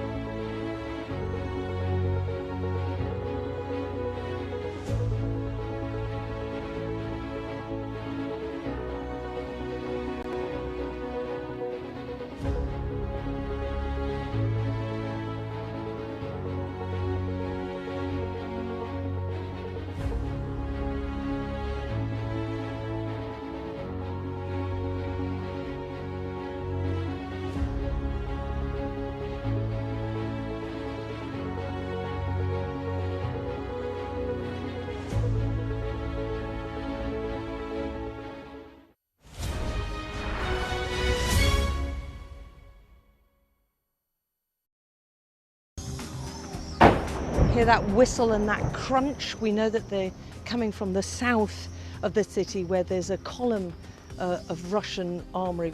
I'm Alex Crawford and I'm Sky's special correspondent based in Istanbul. Look at that sheet of flames, and that has happened within minutes, and now it's coming from both sides, and it's moving this way.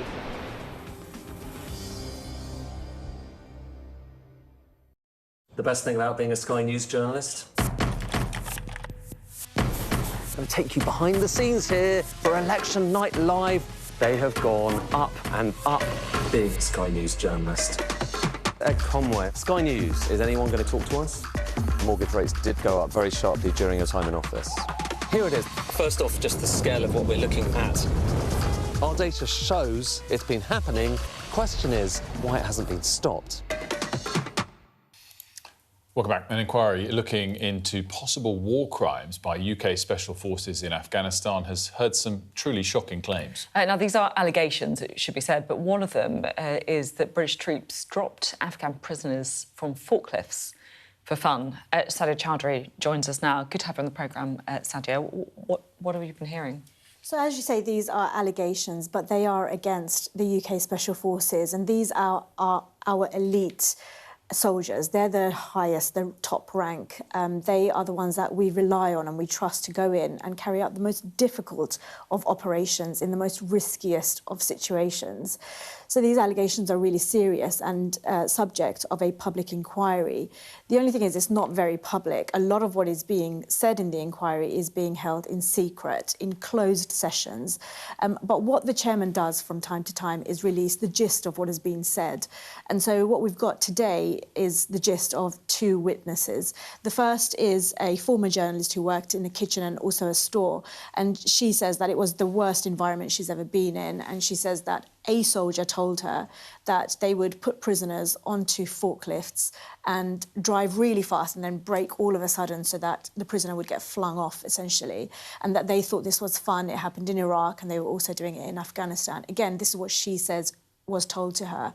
A second witness called Christopher Green, who was in the Army Reserves, says that he tries to raise some of his concerns about UKSF behaviour with seniors, and he was always shut down and told to go away, and he was called a Taliban-loving apologist. He gives an example of 3 brothers who were killed, who are just farmers. He says there was no evidence that they were Taliban commanders, but even though he had the right to view the tapes of the killings, he was never allowed to see those. As I say, these are allegations, and this is the public inquiry, so it's a fact-finding mission. It's not a criminal investigation. And the Ministry of Defence is not commenting. It says it's going to reserve its full comment until after the inquiry has concluded. Sadia, Christoph, thank you so much. Right, let's get more now on a story we've been covering about Andy Burnham having his path cleared to Downing Street. But what does it mean for women in the Labour Party? 20 Labour leaders, and they've all been men. Joining us now is Baroness Faulkner, who is the former head of the Equalities and Human Rights Commission. Great to have you on. So, does Labour have a woman problem? Well, I think it has a structural women problem in that women tend to be disadvantaged through the structures that are in place. And they go back a very long time. So the unions, affiliated societies, a lot of different people are entitled to vote in Labour leadership elections. And then you get the dichotomy that the party members want nice, progressive people, particularly from activist backgrounds. Look at the number of activist MPs there are in the new intake in Labour. Whereas the country leans to more professional people who've actually got skills, demonstrable skills. And so what sits with the members will not necessarily, and the unions, donors, will not necessarily sit with the electorate. And so no woman seems to ever get past a sort of glass ceiling. You can be given jobs, but the top job will never be yours. Is this latest transition of leader a good example of where things have gone wrong, or a bad example? Because we didn't even have a contest. No, and it's so interesting that Andy Burnham took a great deal of pleasure in saying that his team was 3 strong northern women. Well, the interesting thing is, why didn't any of those great, strong northern women stand for election themselves? And you had a little attempt by West Streeting or Al Cairns and other men to challenge him before that collapsed. But you never had a serious attempt by a woman. I mean, we have 3 senior women in the great offices of state, Shabana Mahmood, Yvette Cooper and Rachel Reeves. Nobody thought to challenge him in order just to put their head above the parapet. And that seems to me a real problem. Do they know internally that they'll never get beyond where they are? Can I ask about all-women shortlists? Because there's 2 ways of looking at this, right? Some people say that actually they are really necessary because otherwise you just get men in all these jobs and actually they have led to a lot of female MPs. Others say that maybe they're actually doing more harm than good because they're saying women only got there because they were given a leg up. Yes. Well, I mean, I've carried that all my life because of not just gender, sex, but race as well. Religion, too. You can throw it all into one basket. And it's a question you ask yourself all the time. Have I got this role? Have I got where I have in life? Because it's not imposter syndrome. I've never particularly thought of it that way. But I have thought of other people discounting my value on the basis that I might have got there because of my skin colour or gender. So I think there is an issue with that. But how is that never seems to work in Conservative women? And in fact, all the other parties have had female leaders. Lib Dems had Jo Swinson, the SNP's had someone. So it's quite extraordinary that we're stuck in a position where Labour just doesn't seem to be able to put people up to that level. Can I ask a broader question? I didn't really know how to exactly word this one, but I think it's fair to say that people to the left of centre in politics often shout loudest when it comes to equality issues. Maybe legitimately, maybe they're the ones that in general have moved the needle the most as well on those issues. I just wonder if you think it is a bit rich when Labour Party members shout loudest and sometimes do it with criticism towards those on the other side on equality issues, when not only has there not been a female Labour leader, but there hasn't been a minority leader. And of course, the main party opposing them has pretty good metrics on those levels. Yes, exactly. I think there's a lot in that. I mean, within Labour, this attempt to have quotas or to ask Andy Burnham to appoint 50% of his cabinet as female, it doesn't work with the electorate. It's they're seeking appointments by biology rather than brain power, and almost potentially on the basis of scent rather than skills. And I think that is the profound distinction, that the background from which a lot of senior Labour women come isn't as credible in the country out there as the background from which some of the Conservative female leaders have been drawn. And you have this situation where Labour men, pro-socialism they call, the socialist brothers, seem to give each other a better leg up than to be able to talk the talk. I mean, the absurdity of Andy Burnham being the first female leader the Labour Party ever had, which is what we heard last week, a very senior member of the Labour Party say, that's just absurd. It takes the electorate for idiots. The electorate can work out whether you're genuine. And by the way, there aren't particular women concerns in the way people vote. Yeah. Some people might, but the cost of living affects everyone. The economy, jobs, skills. That was the thing that wound me up the quote the most of all. It basically said that, Andy Burnham, is the first female Prime Minister because he doesn't care so much about budgets and bombs. It's like, well, excuse me, if budgets aren't female concerns, then no wonder we don't get enough money for them. Oh, my goodness. If you're needing to learn to speak Russian, you will care a great deal about whether he understands bombs or not, or drones, in fact, as the case may be. The other thing I wanted to ask you about as well is this story that we've heard about a dossier, right? So this is a story that some MPs are putting together a dossier of around 60 MPs and peers who are complicit, the claim is, on bullying, harassment, or, sexual behaviour, whatever it is, to say these guys shouldn't get jobs. What's your own view on that? Well, first of all, let's clarify. This is a Labour dossier, although it apparently includes people from other parties on the list. And to me, it's exactly what we've been talking about. You can't go through the correct due processes in law to complain if you've been harassed or abused or whatever it is, bullied, because all the political parties, as well as Parliament, have the strongest controls in place for you to escalate any misconduct that there might be all the way up to be investigated.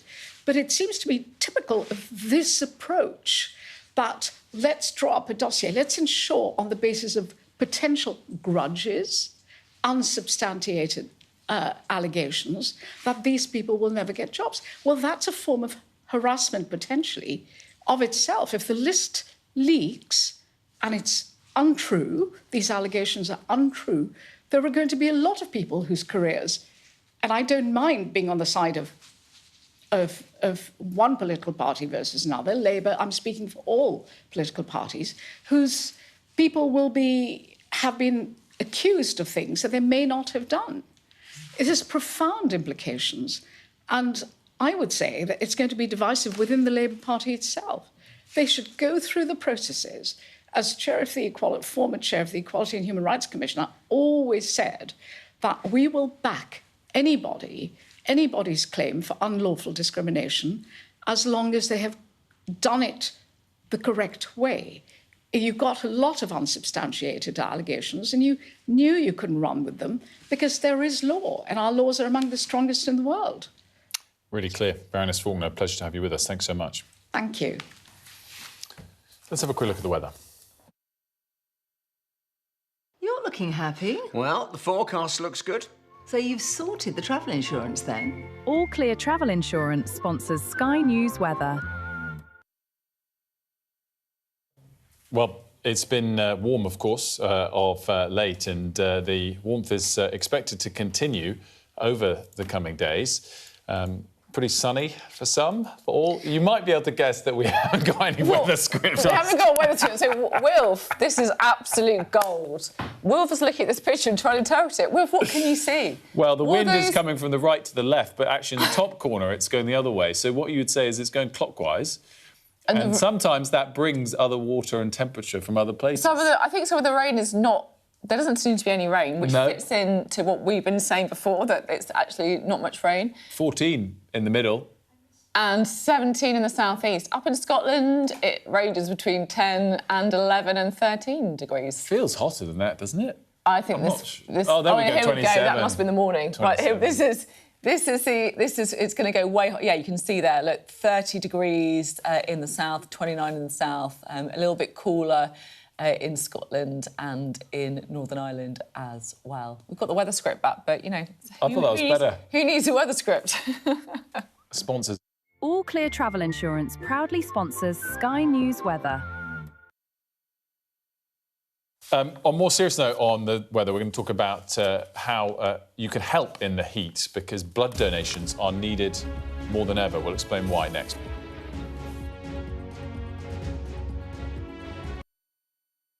I bet right now you often find yourself asking why. Why was a certain decision taken? Why did something happen? Why did they say or do that? I'm Neil Patterson, and it's my job as a journalist to find out why. Just explain why. It's a difficult one. Well, I mean, it's massive. It's a very, very severe situation. So if you want to make sense of this complicated world, Sky News' new podcast, This Is Why, is your daily fix. One story every day, and we can find out why together. Listen and follow wherever you get your podcasts. Mayhem in the Middle East, rippling in America's West. Get back! Get back! The resolve of these protesters is now being seriously tested. I saw police being forced or pushing young men and women to the ground as they made almost 100 arrests. None of this is a peaceful protest. I'm Martha Kellner, and I'm Sky's US correspondent based here in Los Angeles. How are you feeling? I am angry. It is an anti-woman agenda. Will the cold affect your voters? Well, we have a lot of tremendous support, but it's nasty out there. Anybody else? Should the Defence Secretary and the Vice... Wait, what country are you from? The UK. Okay, we don't give a crap about your opinion and your reporting. Why don't you go back to your country where you have a major migrant problem? President Biden, do you trust President Xi? President Biden says that this meeting went well. He said real progress was made on a whole host of issues. Will your candidates win? I hope so. I think they will. I think they're great candidates. There's no doubt that Kamala Harris and her team are harnessing the power of social media. Do you think Kamala is brat? Kamala's brat. Are you scared? Yeah, we were scared. It was terrible. Strong wind, building tearing down. As them say, God works, so we can't do nothing. The people here know that worse storms may well be on their way. Sky News, get the full story first. Free wherever you get your news. Ghislaine Maxwell has pleaded not guilty to all 6 charges against her. Mum, how are you feeling today? Jeffrey said, you answer to Ghislaine, you just don't cross her. Hear that whistle and that crunch? We know that they're coming from the south of the city where there's a column of Russian armoury. I'm Alex Crawford and I'm Sky's special correspondent based in Istanbul. Look at that sheet of flames, and that has happened within minutes, and now it's coming from both sides, and it's moving this way.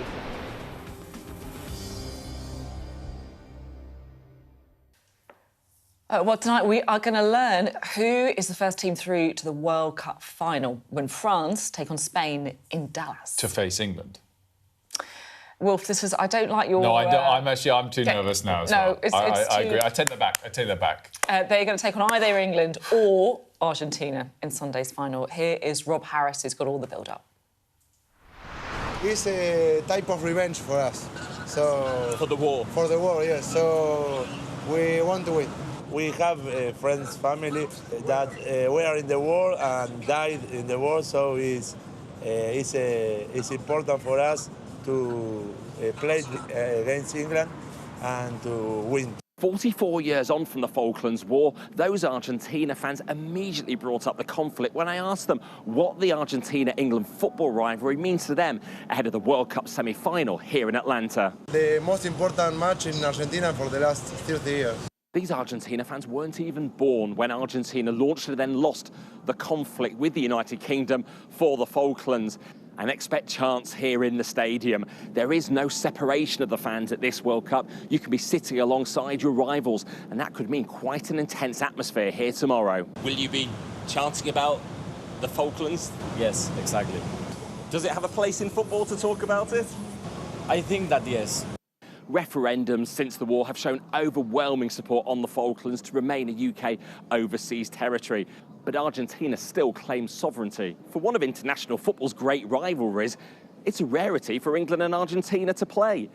It's why until tomorrow here in Atlanta, the three Lions have never come up against perhaps the greatest of all time, Lionel Messi, which maybe hasn't been a bad thing in terms of progressing at World Cups. But it was against another era's genius, Diego Maradona, that stoked this footballing feud. The hand of God cheating that knocked England out of the 1986 World Cup. 12 years later, it was all about David Beckham and the petulance that saw him sent off as England crashed out in France. But in 2002, there was victory for Sven-Göran Eriksson's England. The men haven't met in a competitive fixture since, with the last friendly organised in 2005. Well, we've heard some England fans chanting about past conflicts during this World Cup. These fans we encountered here in Atlanta don't want a political edge to this match. To me, it's all about a game, and I think to blow it up bigger than a game and make it political or about a war will probably create an atmosphere that wouldn't be helpful for the fans in this stadium. It's not a big deal for us politically, I think more from their standpoint. This will be the most intense match so far at this World Cup, the biggest challenge perhaps for police. And while England just want to focus on reaching a first Men's World Cup final since 1966, so many around Argentina still want to bring the Falklands War into it. With the fans mixing in, there is a real potential that there could be trouble. The challenge in the stadium, preventing any friction between fans and ensuring that the geopolitical tensions don't become unsavoury. Well, England and Argentina haven't met for more than 20 years, but it's, of course, a rivalry that stretches back much further and matters much more than just the football at hand. Have a look at this.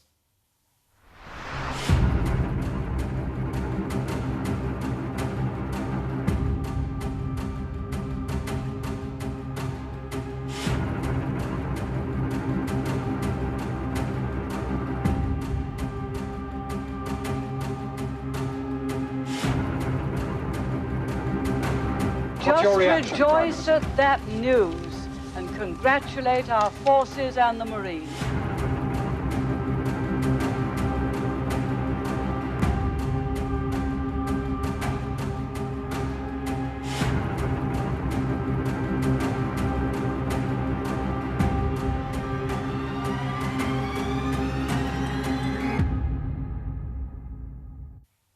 Sorry about that. Wasn't expecting that. Yeah, football and Falklands. It's all about the football.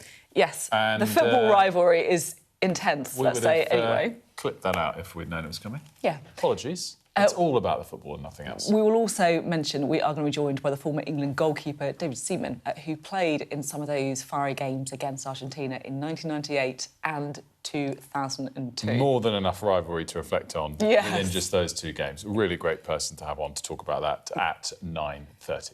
Also, we've noticed some great emails coming into our morning's inbox already about how you and some of your kids as well are getting ready for the semi-final as well. Send us your pictures decked out in your England kits or whatever kit you fancy, you know, Argentina, Spain, France, also acceptable. Mornings at sky.uk, and we're going to show them tomorrow during the show. Now, of course, everyone's been feeling the impact of the heat, and one area that perhaps hasn't been talked about enough in relation to it is that blood stocks are running low. Yeah, so we're now joined by the Chief Nurse for Blood Supply at NHS Blood and Transplant, Ella Poppet. Great to have you on the programme. So just explain, why is this impacted by the heat? We just sometimes see a lot less people coming to donate when the weather gets hotter, and we've had an extended period of heat, and we now have about 60,000 blood appointments over the next 6 weeks that we need to fill, particularly in our donor centres. We have, you know, people on holiday, children off school, football, all sorts of things will probably impact on people just keeping the appointment that they've booked or thinking to book one. That's really interesting. So obviously it's a fall off in supply as opposed to sudden increase in demand for blood. What's revealing about that to me is the supply of blood very short term always in terms of you need it month on month as opposed to there being stocks of it? We actually manage blood stock levels kind of day on day, and we need about 6 weeks of blood stocks to last. A blood unit of blood can be kept for up to about 30 days, but obviously we use it probably a lot quicker than that. But particularly over the summer, the demand also does go up as well for certain types of patients, like sickle cell patients who need more blood transfusions during the hot weather. Yeah, we've been speaking on the programme before about the excess deaths that can be caused by heat waves as well. So as you say, it kind of is reflected as well that people might need that blood in particular too. So what is the messaging today? I guess it is if you can donate, then do. Yeah, if you can donate, do. We have 28 donor centres around the country that actually are all air conditioned as well, so they should be a bit cooler if people do go there. We obviously have a lot of mobile teams that go out, but really importantly as well is if you have booked an appointment, do try and keep it. I know there can be lots of reasons why people might need to cancel it, and hot weather can be one of them, but at the moment we rely on the predicted amount of blood that we believe we're going to collect over the next week, 2 weeks, 6 weeks. And so it's really important people keep their appointments. But if you haven't donated, do come along and book one and see if it's something for you. We really do look after donors when they come to donate. And when you speak to people, they really get something positive from doing that, knowing that blood is there for if they or their relatives or people in the NHS patients need it. I mean, that's really good to know, not just because you'd be helping out, but also getting some AC, which no doubt will actually make a difference to people who want to come in. But presumably that is actually worth highlighting, because I can guess that in the heat, given that giving blood can take your energy away for a bit and make you feel a bit drained and tired in the short term, I imagine the heat might put people off then going through that process. But I guess all the support you offer when you're there will offset that. Yeah, I mean, I think it's more that people, when it's warm weather, have other things that probably they think to do. They'll prioritise doing things with the kids now. The kids are about to break up from school. I have a young child myself. I understand that. There's lots of distractions. But it's just really important. Most people are fine when they come and donate blood, provided they are hydrated when they come, wear loose clothing, just actually do things that keep them cool. But drink plenty before you come and you will be fine. That's great advice. And thank you so much for being on the programme. Really important messaging there about the importance of giving blood when the weather's hot, when the kids are breaking up from school and keeping those stocks up. Thanks very much. Thank you very much. Ella Poppet there for us. We've got lots more still to come on the programme. Of course, we'll have all of the day's top news on the other side of this break. Oil prices are rising off the back of the ongoing renewed tensions between the US and Iran. We'll also have the very latest on the suspected murder of Anne Widdecombe. But we'll also, I'm looking forward to speaking to David Seaman. Yeah. England legend, played in, two of those, France 98 and 2002 World Cup clashes. He's been through it all. He has. Terrible loss to Argentina and then the redemption 4 years later. Although he's never played against Messi, which blows my mind. Messi's never played against an England team. Right, but David Seaman certainly hasn't. Yeah. Not that David's really old. Sorry, David, if you're already watching, but you know what I mean. Yeah, no, exactly. But, I think that's going to be the thing that they're going to deal with, right? But lots to talk to David Seaman about. We are looking forward to that. Stay with us and we'll bring you up to speed with all the other stories that Wilf was talking about as well, just on the other side of this break.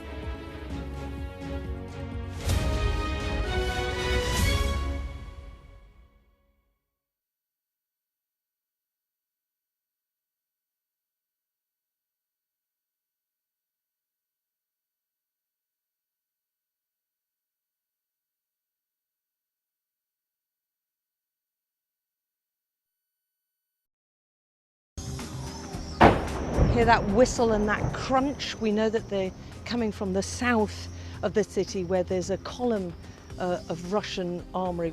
I'm Alex Crawford and I'm Sky's special correspondent based in Istanbul. Look at that sheet of flames, and that has happened within minutes, and now it's coming from both sides, and it's moving this way.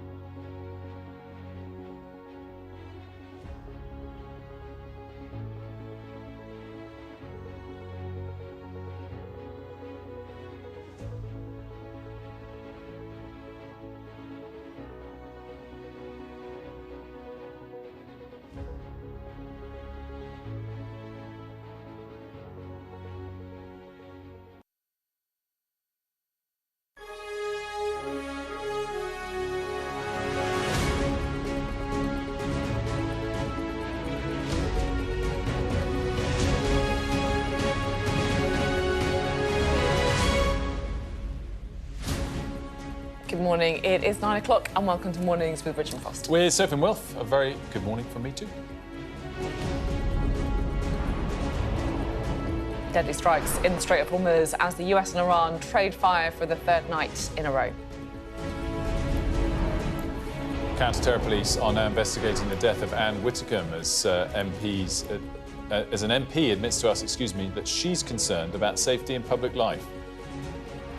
Until we do something about that information environment, which is legitimising violence as a political tool, I think we'll keep coming back to this situation. I thought twice about standing for Parliament.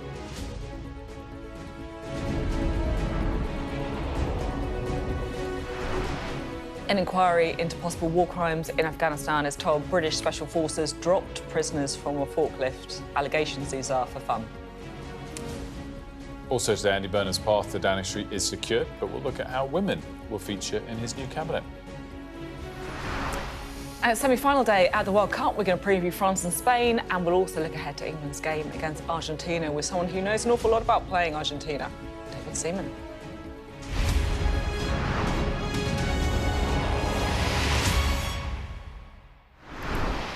A very good morning to you. Another busy day of domestic news, and we'll be reacting to the latest in and around the suspected murder of Anne Whitcomb in just a moment. But first, we want to talk about the situation in the Middle East, where major hostilities have continued overnight. And let's bring in Sally Lockwood, who has the latest for us from Dubai.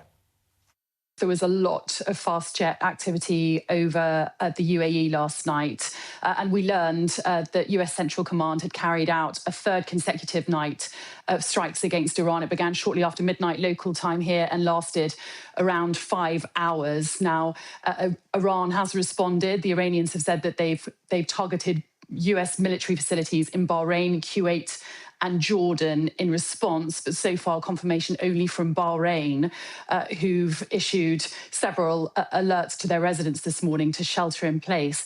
But another significant development overnight is that the Iranian Revolutionary Guard hit 2 UAE supertankers in the Strait of Hormuz with cruise missiles, causing fires and disabling them. And one Indian national, who was one of the crew members, was killed in those attacks, and another 8 people were injured.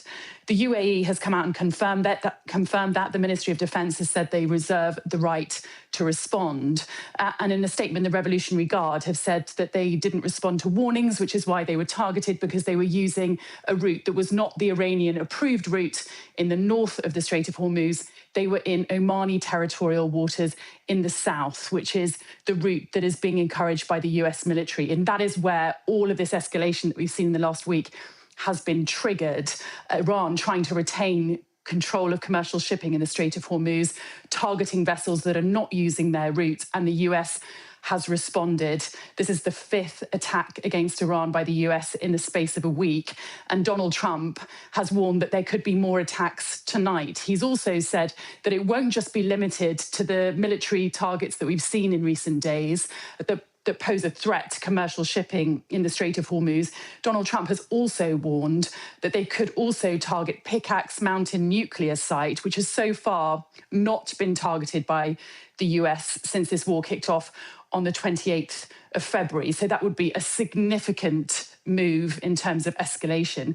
Donald Trump has also said that essentially America wants to take control of the Strait of Hormuz. They're going to reimpose the US military blockade on Iranian ports from midnight local time tonight. Let's see how the Iranians respond to that. And on top of that, Donald Trump says he wants to charge 20% fees to commercial vessels for safe passage through the Strait of Hormuz, because, as he put it, I want to be reimbursed because we are protecting a very rich portion of the world. Now, not only does this break global norms, international law, I'm sure it's not going to go down well with Gulf nations who have been significantly impacted by a war that they didn't want, not just in terms of their security, but also their economies. So we'll have to wait to see what reaction there is to that, and also whether it's something that will even be able to be enforced. But what is clear this morning is that when Donald Trump said just a few days ago that this ceasefire was over, he certainly meant it.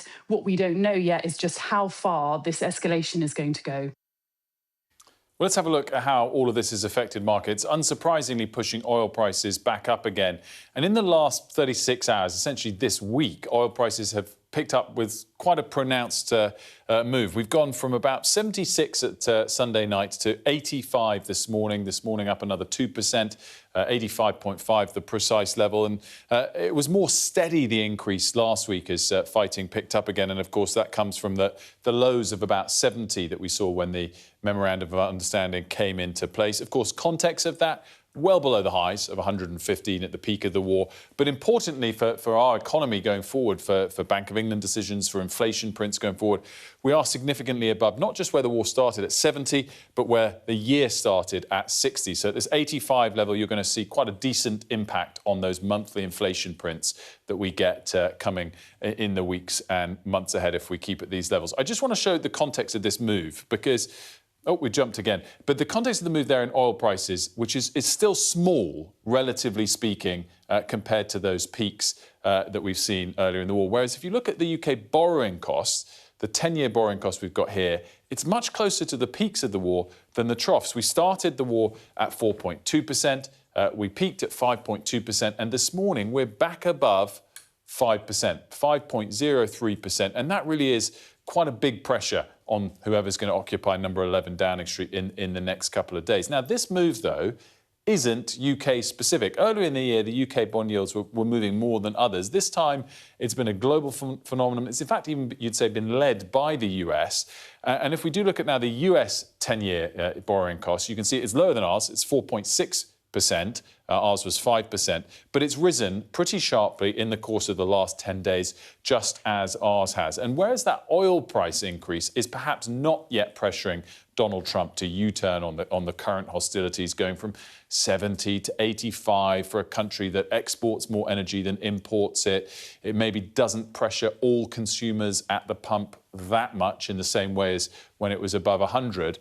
This will be pressuring him. In fact, you could argue that the bond market is more important than the stock market, is more important than oil markets, and yet it hasn't pressured him to U-turn as yet. But it is certainly something to keep an eye on. And our borrowing cost being back above 5% on the 10-year is not on its own. Others are rising as well. Now, our other major story this morning, of course, is the murder investigation into the death of Anne Widdecombe. Counter-terror police now leading that. And it's a major escalation on the weekend. Questions now being asked as well about MPs' safety and security more broadly. A 28-year-old man remains behind bars this morning. Our West of England correspondent Dan Whitehead reports. Arriving at speed, this is the moment police captured the man suspected of murdering Anne Widdecombe. From the start, this has been a fast-paced investigation.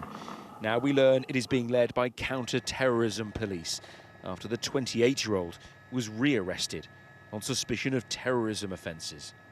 I can confirm to the House that this man was not known to prevent. The police have cautioned against speculating about the case. That is the right thing to do for Anne's family and friends. It is also vital that the police are given the space they need to carry out their work.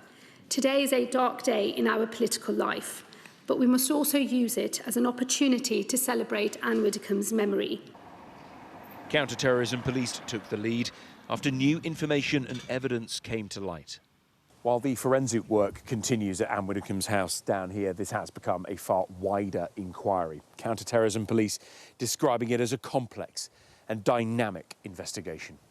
The police have now established evidence of some form of motive, which has now brought about the involvement of the counter-terrorism police. The motive will have been found, obviously, during the searches and such that the police are conducting, or through interviews with the suspect, so it might not have been immediately apparent. This is an inquiry involving multiple agencies at multiple locations, with the focus on a suspect who may have travelled some 270 miles from Rotherham to carry out the attack.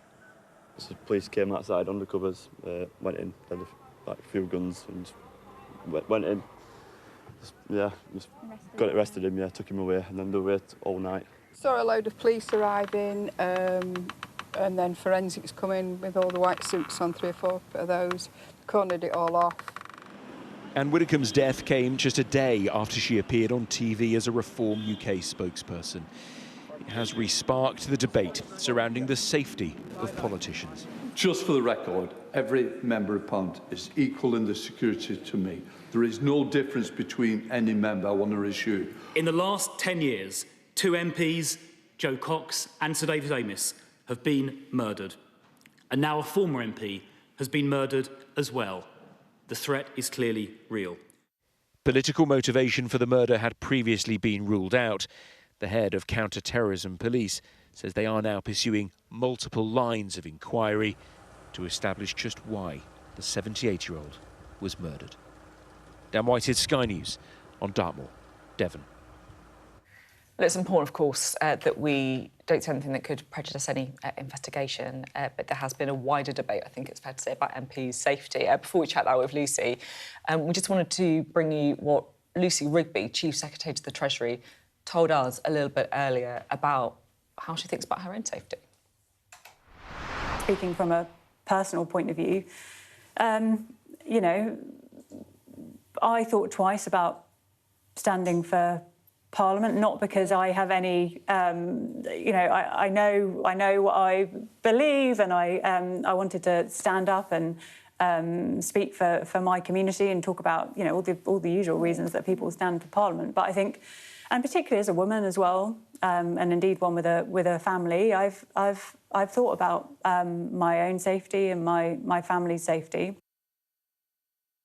We also spoke to Brendan Cox, of course, married to the murdered MP Jo Cox, and he pointed the finger to the impact social media companies have had on increasing a sense of division. We will not be able to keep everybody safe. It is not the way that our politics can or should function. So unless we get serious at addressing the underlying political culture and the legitimisation of violence, people will always manage to get through. You know, nobody wants to live in a democracy where people can't meet their members of Parliament. Nobody wants to not be able to go campaigning without an armed guard behind you. It's a ridiculous place to be in. And for the vast majority of our time, our politics is not like that. But something has changed, I think since Jo's murder in particular, where this is becoming more common. It is becoming something which is not just the violence. Luckily, still the violence against members of Parliament is rare, but the intimidation, the death threats, that is something that's happening on a daily basis now. One of the big drivers, one of the things which is legitimising and amplifying violence is the sort of Wild West culture that we have online. I get death threats on a regular basis online. Members of Parliament get them all of the time. And until we do something about that information environment, which is legitimising violence as a political tool, I think we'll keep coming back to this situation. My frustration, I think, is not with the public. I think the public are generally very sensible around this. But in an ecosystem where the regulators and politics enables social media to consistently promote, not just allow, but promote the most extreme content, often content which is violent, until we address that, I think we'll be going downhill on this. I think that's something I found it really depressing, I'll be honest, hearing him say there that he thinks things have got worse since Jo's murder. And Lucy Rigby made the point as well about what a moment that was and how she still remembers exactly where she was when she found out the news, and I do as well. Yeah. I remember exactly where I was when I found the news about Jo Cox. But it's hard to argue with it. Things do feel like they've got worse, if anything. I remember filming with an MP 3 years ago, maybe, and I won't mention their name because they specifically didn't want to talk about it at the time. But we were walking around their local area, and they said to me they had full kind of stab protection underneath what they were wearing. And I said, "Oh, do you mind talking about that if I ask you?" And she said, "No, I don't want to talk. I just don't want to talk about it." And this person also, you know, MPs hold constituency surgeries. I mean, that's where Sir David Amess was killed. And the idea is that you have access to your local MP. You can have face-to-face conversations. Some now you have to book in advance. Locations aren't revealed until you give your details. And it's... MPs get scrutinised for this. You know, MPs get scrutinised for not being fully accessible, for being seen all the time. And they are facing, a lot of them, these real fears. And it's a real problem. You know, what if you don't have somebody to fund your security? You don't have somebody to be providing those assurances? Well, I mean, I think if we're in a world where that's needed, that's kind of the point of this. I think it's got to be taken off the needs to be privately funded. Yeah. It was really interesting, though, hearing Brendan's take that then where do you draw the line? If it's just MPs or it's other people that work for them, and I totally get that point. It's where would you draw the line? And clearly, social media has played a part in making things worse. What I thought was, just listening to him again there, you think of where's there any low-hanging fruit to make a change that could improve things? Because we all know the debate around the online safety bill and when free speech comes into it, and whether it means the police are doing too much versus hard crime, etc. One that I do always scratch my head about is anonymity on these social media platforms. I think that would make quite a big difference. Yeah. People say awful, poisonous things when they know that they're anonymous. Yeah. And also, just change that. And not just awful things that are threats of violence, right? Which is a crime, by the way, if you did that in real life. But honestly, that could be changed quite easily. And in the same way, by the way, which is a much more controversial thing, banning social media for under 16s, you haven't had the free speech people push back on that. I don't think you possibly could get free speech out people pushing back on getting rid of anonymity. And sometimes, we can lament big tech and not making enough difference. I'm sorry, legislators on both sides of the pond, on both sides of the aisle, have been, I was going to swear there, CRAP, they've been really poor on this for a decade. We're now focused on the next battle of AI, but we're just so slow to respond. I'm not sure if at this stage I need to apologise for Will saying that word in letters or not. But I think in some ways that maybe illustrates the regulation problem. If Ofcom get at us for that and they don't sort out other things, I think it maybe illustrates the different regulatory environments that we operate in. But anyway. Lucy, you're also here to talk about Andy Burnham, who is going to be our next Prime Minister, right? Yeah, he is. He's now got 349 MPs nominating him. Effectively means that nobody else can stand to be on the ballot paper. On Friday, he'll be Labour leader, Monday, Prime Minister. This is, I don't know if this is a bit of a clunky segue, but actually one of the things, MPs are overwhelmingly backing Andy Burnham. We can't argue with that. However, there is a conversation happening in the party that has been for a very long time. There is this question being asked, why is it still a man that's leading the Labour Party? The party, 120 years of history, has only ever been led by a man. But this is something we're now going to lead into this piece. But you're talking there about safety. Lucy Rigby was saying she considered whether or not she would stand to be a Member of Parliament. It's something that a lot of women are also talking about because of the threats they receive online. I think it's a valid part of this debate. Here's my piece. I would love the next Labour leader to be a woman. I think we're well overdue. I mean, I always think that the next Labour leader should be a woman, so yes. Andy Burnham is going to be Labour's next leader. But did you know that in more than 120 years, Labour now having 20 elected leaders, not a single one of them has been a woman? I think it's absolutely outrageous. We are so committed to equality that somehow all our commitment, everything we say, has not translated into what we do. Let's just put this into context. So every other major political party in the UK has been led by a woman. Labour has had them acting in the role, but nationally, the top job chosen by the party has always gone to the male candidate. Margaret Beckett, beaten by Tony Blair, Diane Abbott, beaten by Ed Miliband, Liz Kendall and Yvette Cooper, Jeremy Corbyn, Lisa Nandy and Rebecca Long-Bailey, Keir Starmer. I think Keir Starmer, wasn't he the only man last time when he stood? Yeah. Even when you look around the world, Labour here is an outlier. The main left-of-centre parties in 50 countries, including most of Europe and South America, have smashed this ceiling. Progress has been made. Labour had the first female cabinet minister, first woman chancellor, more female MPs than any other major party. And under Keir Starmer, more have been in senior roles than ever before. But off camera, some are still saying it's a boys' club. These are allegations Downing Street has always rejected, given the number of highly qualified women in number 10 and across government. Lucy Powell was elected Deputy Labour leader last year. All 6 candidates in that contest were women. Women were coming forward for that job, and I think there was a real desire for it to be a woman. I'm not, a massive fan of kind of quotas in that sense, because then people don't necessarily think you've got the job on merit. All women's shortlists are a bit divisive, but they're undeniably effective and not just used by Labour. The Conservative leader, Kemi Badenoch, though, has essentially said women in the Labour Party are moaning, and if they want the top job, they need to fight for it. You know, there is a viciousness towards women that put themselves forward, that come from my side of the fence sort of thing. Any woman you see rising kind of to the top of our party, it almost is like there's a concerted effort to then tear her down, to put her back in her place. Society has a problem with women being leaders coming through that glass ceiling. It's a societal issue that we haven't effectively tackled within the Labour Party. Andy Burnham has tried to reassure his female colleagues. This campaign was won by a band of strong Northern power women. I wouldn't mess with them. Well, those were some of his words after that by-election win. They were directed at some of the party's most powerful women. But while he is the most popular choice for leader now, there is already a conversation about who needs to come after him. So, Lucy, I guess the bottom line on this is it's not prevented Andy Burnham becoming leader, and there's no change afoot.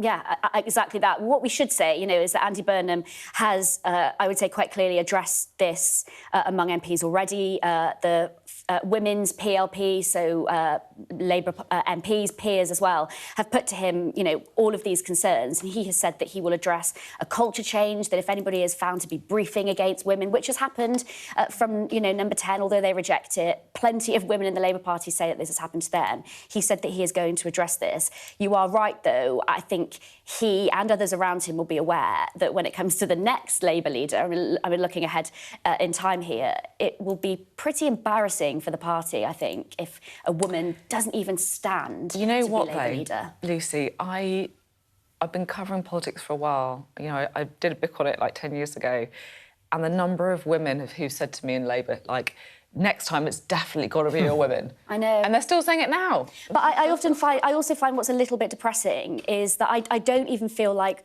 female politicians, particularly senior ones, are being as candid about it in public as they would like to be, because, a lot of them feel that they have a lot to lose. And what does that say about the culture in Westminster as well? The only nuance on this particular race that we've just not had is that there wasn't even a race. Andy Burnham was a very specific person that could address the problems of Keir Starmer being unpopular for all the reasons we've discussed. And the only reason I'm saying this hypothetically is, would it have made the problem even worse for a woman to stand against him just for the sake of it and lose? Yeah, I think that's a very fair point. But I think the other thing is that, like, every single time there's a leadership race, we said, oh no, this one's a bit different. I totally get that. And the other point I would make is that over the past few months, when we've seen people contributing to the debate in public, I mean, dare I say it, but the figures that were coming forward as possible contenders were largely men. Yeah. Wes Streeting, Andy Burnham, Al Carnes, Ed Miliband. Yes, OK, we've had some other names, Angela Rayner, mentioned, but, never in a significant way that they were going to contest. She was being mentioned as to why it couldn't possibly be Angela Rayner, basically. Lucy, good to have you, as always. Lucy McDonald speaking to us now. Up next, we'll talk to the Tories.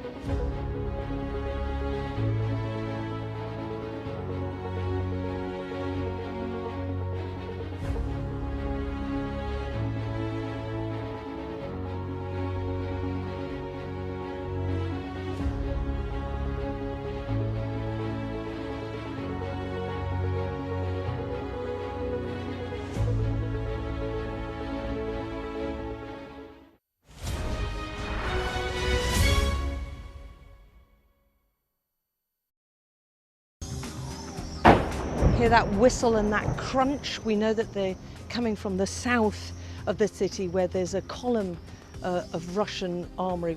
I'm Alex Crawford and I'm Sky's special correspondent based in Istanbul. Look at that sheet of flames, and that has happened within minutes, and now it's coming from both sides and it's moving this way.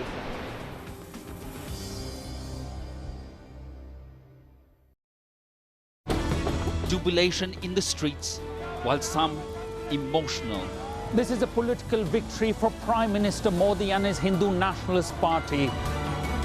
I'm Neville Lazarus and I'm Sky's reporter based in Delhi.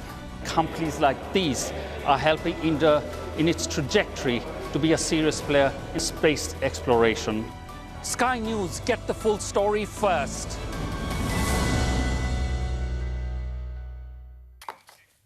Good morning. Rachel Reeves expected to say today the British economy has beaten the odds under her stewardship in what's likely to be the Chancellor's last Mansion House speech before the incoming Andy Burnham government. Coming up, we have now got the Conservatives with us today. This is Gareth Davis, the Shadow Business Minister. There we go, get your correct title. Apologies. Good to have you on the programme. So I guess it's the kind of last hurrah for Rachel Reeves. We'll be sorry to see you go. Yeah, a bit of an odd situation, really. She's going to deliver this announcement, announce a consultation on something we have no idea. Within 6 days, her successor is going to carry it on. So we're a bit in limbo. But I don't think businesses would be sad to see her go, given the levels of taxation that they're now facing in the last 2 years.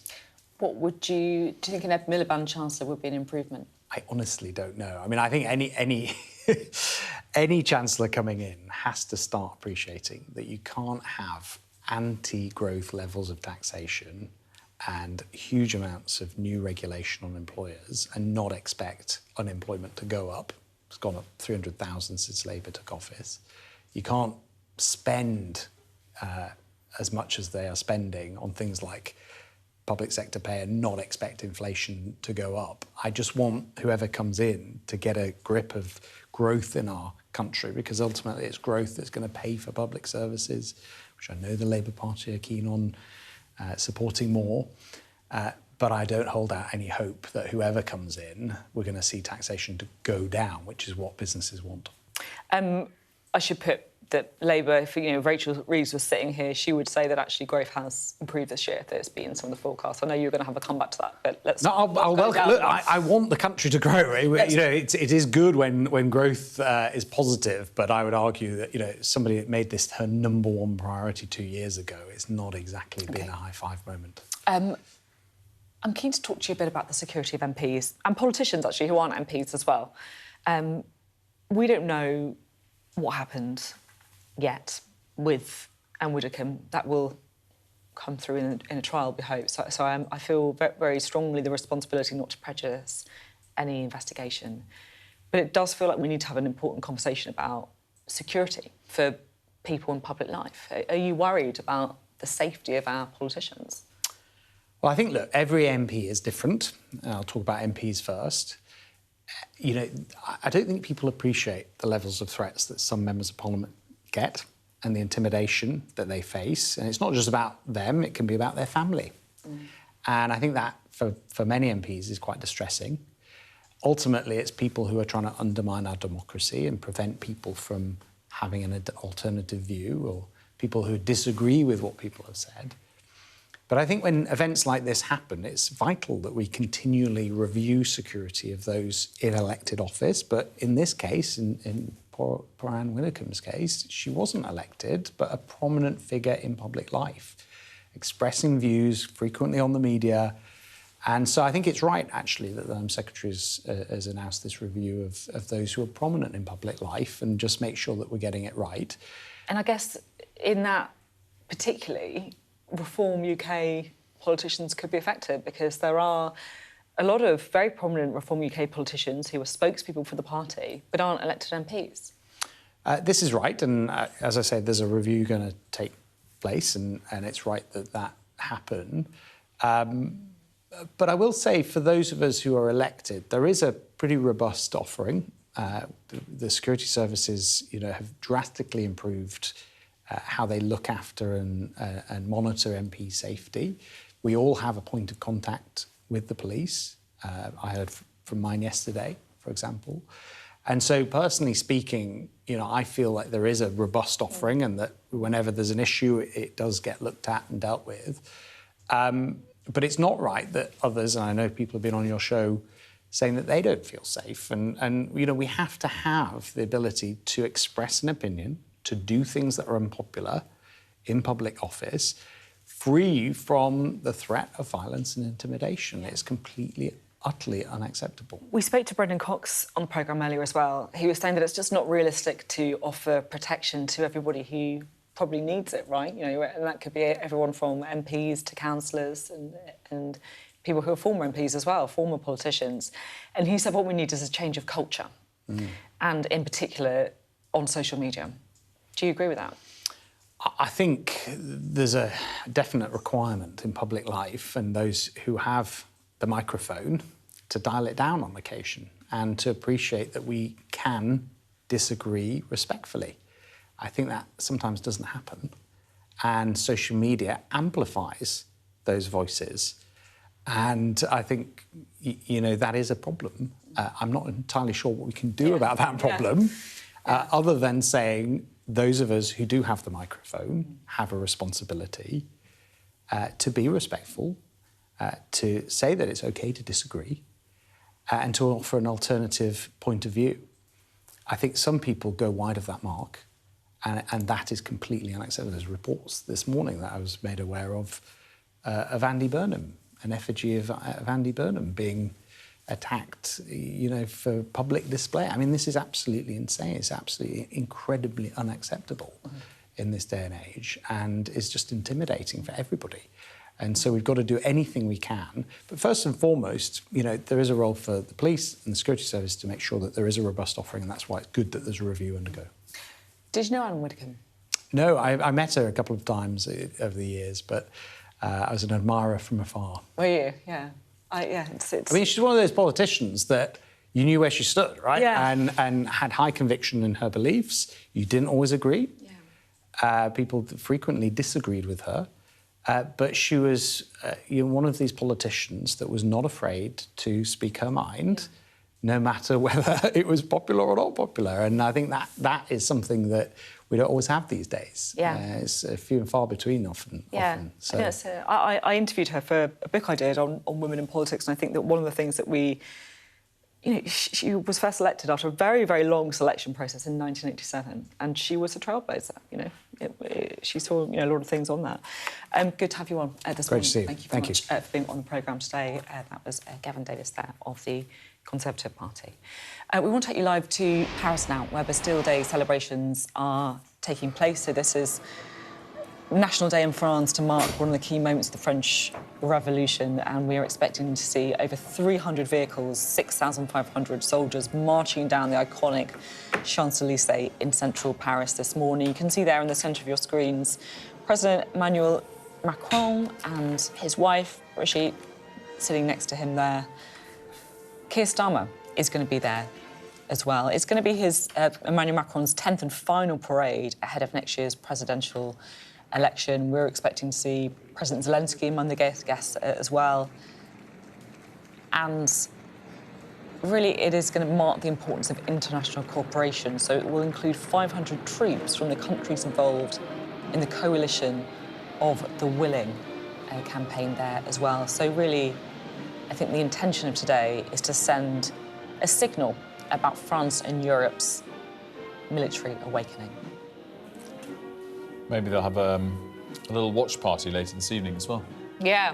World Cup semi-finals begin this evening. We're going to talk about that with England legend David Seaman after this short break. Don't go anywhere.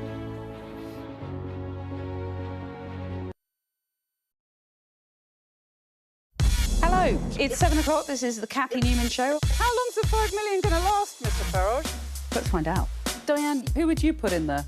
It's not for me to say. I want to see. Not yourself, not you. Do you ever look at yourself and think, are you the problem? I do feel sorry for him, yeah.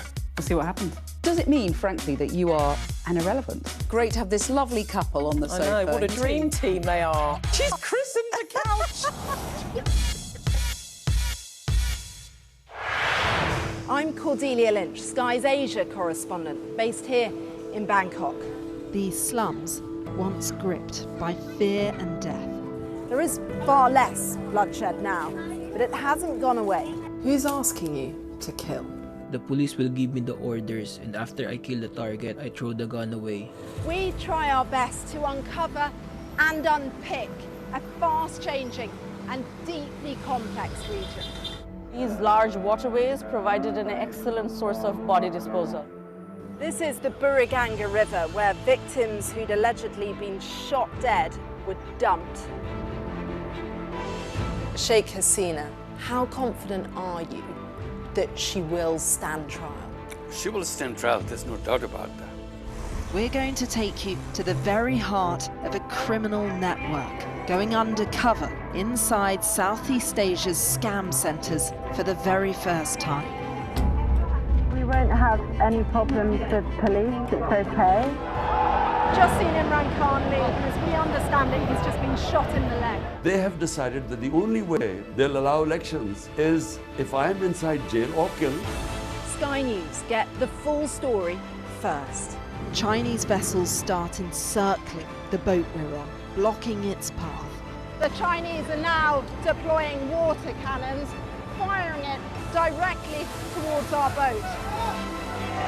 We've discovered doctors across Delhi dishing out pills like this, claiming they will provide a lifelong cure for homosexuality. Rohingya people fleeing an escalating civil war. The situation here in Cox's is desperate. An already insecure place does feel a lot more precarious. Jubilation in the streets, while some emotional. This is a political victory for Prime Minister Modi and his Hindu Nationalist Party.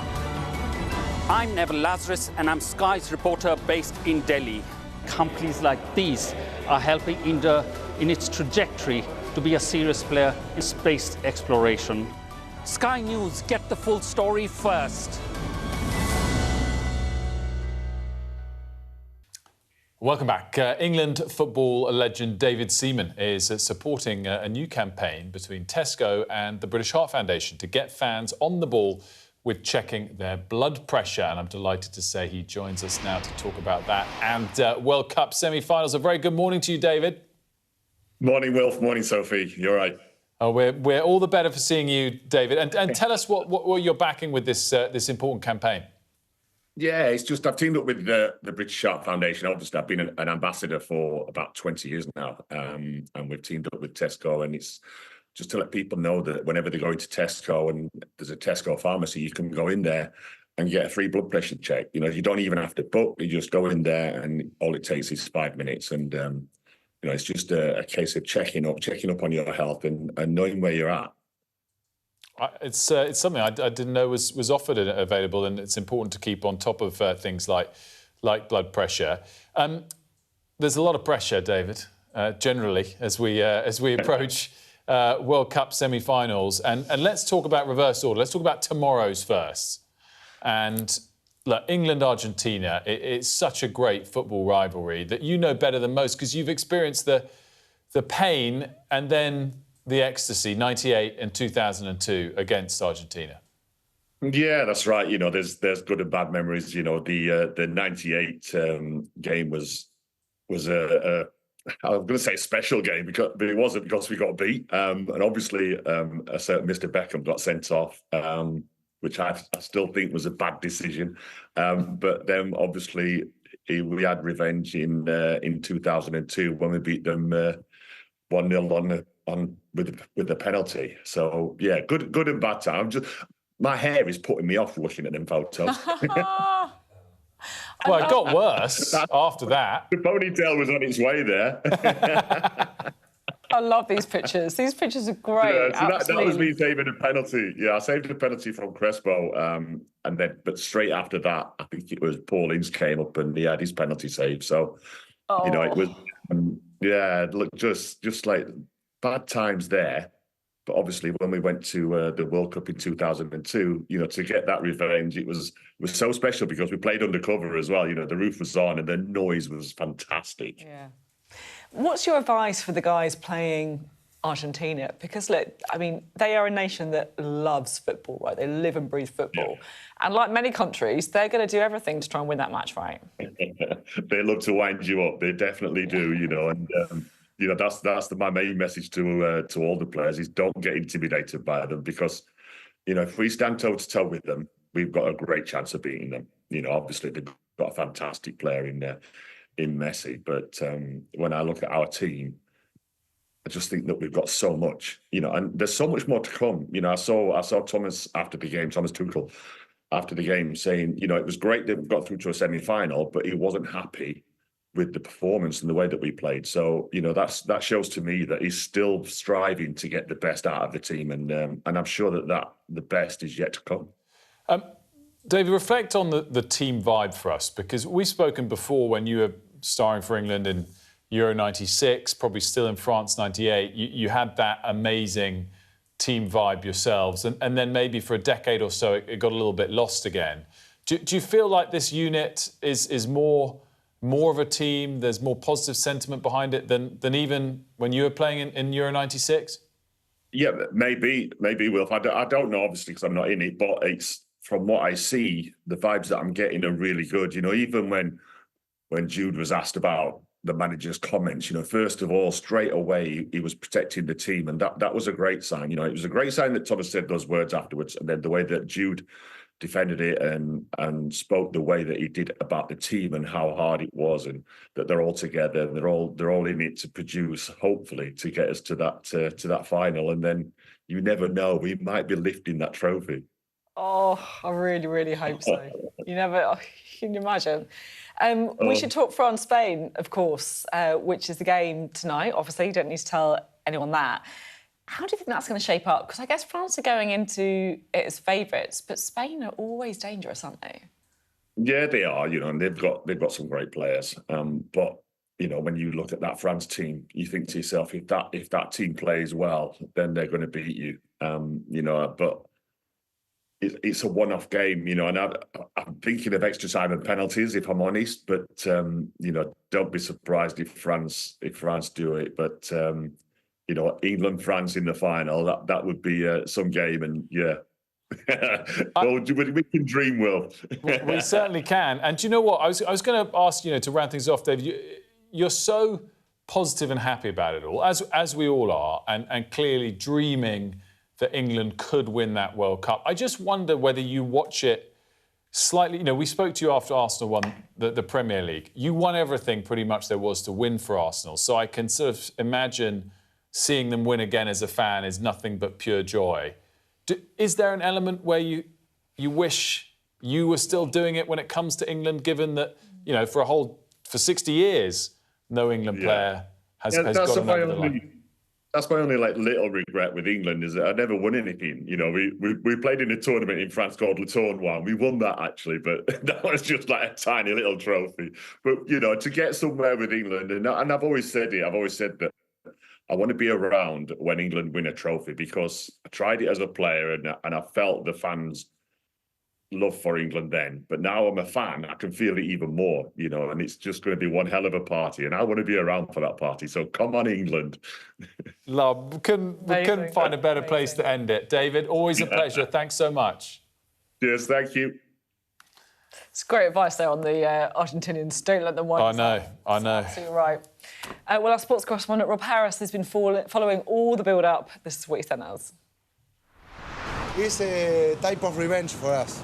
So for the war. For the war, yes. So we want to win. We have friends, family that were in the war and died in the war. So it's important for us to play against England and to win. 44 years on from the Falklands War, those Argentina fans immediately brought up the conflict when I asked them what the Argentina-England football rivalry means to them ahead of the World Cup semi-final here in Atlanta. The most important match in Argentina for the last 30 years. These Argentina fans weren't even born when Argentina launched and then lost the conflict with the United Kingdom for the Falklands. And expect chants here in the stadium. There is no separation of the fans at this World Cup. You can be sitting alongside your rivals, and that could mean quite an intense atmosphere here tomorrow. Will you be chanting about the Falklands? Yes, exactly. Does it have a place in football to talk about it? I think that yes. Referendums since the war have shown overwhelming support on the Falklands to remain a UK overseas territory. But Argentina still claims sovereignty. For one of international football's great rivalries, it's a rarity for England and Argentina to play. It's why until tomorrow here in Atlanta, the three Lions have never come up against perhaps the greatest of all time, Lionel Messi. Which maybe hasn't been a bad thing in terms of progressing at World Cups. But it was against another era's genius, Diego Maradona, that stoked this footballing feud. The hand of God cheating that knocked England out of the 1986 World Cup. 12 years later, it was all about David Beckham and the petulance that saw him sent off as England crashed out in France. But in 2002, there was victory for Sven-Göran Eriksson's England. The men haven't met in a competitive fixture since, with the last friendly organised in 2005. While we've heard some England fans chanting about past conflicts during this World Cup, these fans we encountered here in Atlanta don't want a political edge to this match. To me, it's all about a game, and I think to blow it up bigger than a game and make it political or about a war will probably create an atmosphere that wouldn't be helpful for the fans in the stadium. It's not a big deal for us politically, I think more from their standpoint. This will be the most intense match so far at this World Cup, the biggest challenge perhaps for police. And while England just want to focus on reaching a first men's World Cup final since 1966, so many around Argentina still want to bring the Falklands War into it. With the fans mixing in, there is a real potential that there could be trouble. The challenge in the stadium, preventing any friction between fans and ensuring that the geopolitical tensions don't become unsavoury. Rob Harris there with the details. Do let us know how you're preparing for the semi-finals, which we want to show you pictures tomorrow. So ahead of the second match, England-Argentina, I guess you're enjoying tonight as well. If you're in France, a Spanish tapas bar or like Delicious. a French restaurant, Ooh, you know, yummy. send us your photos. Mornings at Sky.uk. We can send in, we can show you this one actually, a little taster.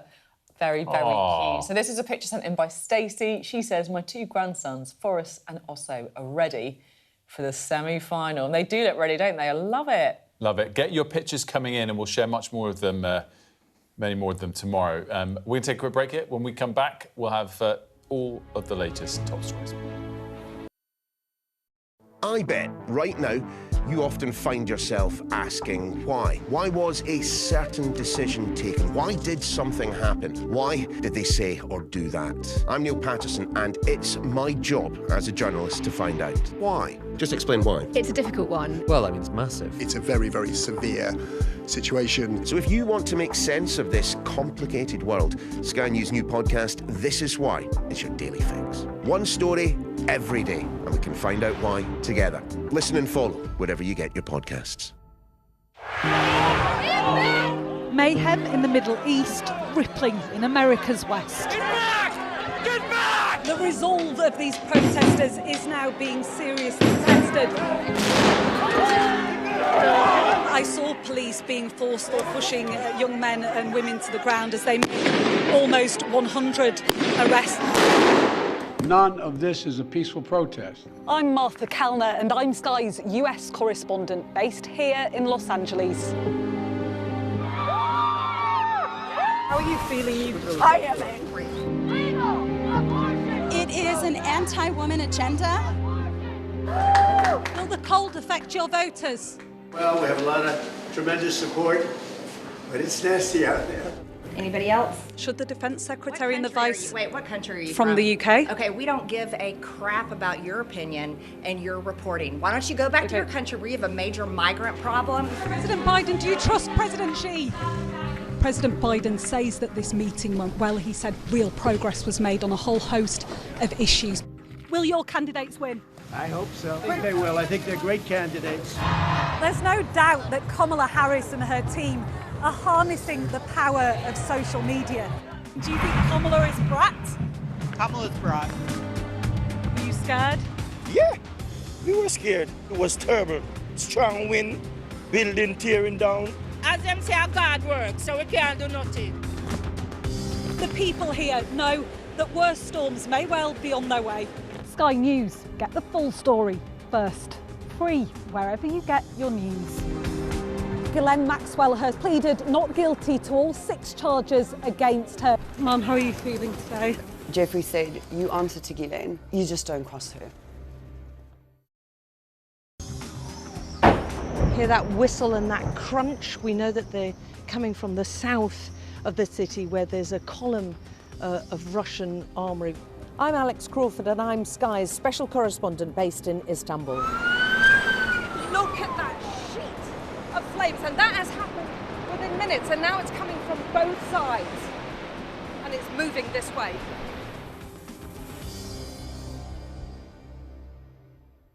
Welcome back. An inquiry looking into possible war crimes by UK special forces in Afghanistan has heard some truly shocking claims. One claim is that British troops dropped Afghan prisoners from forklifts for fun. We can find out a bit more about what has been said. Sadia Chowdhury joins us now.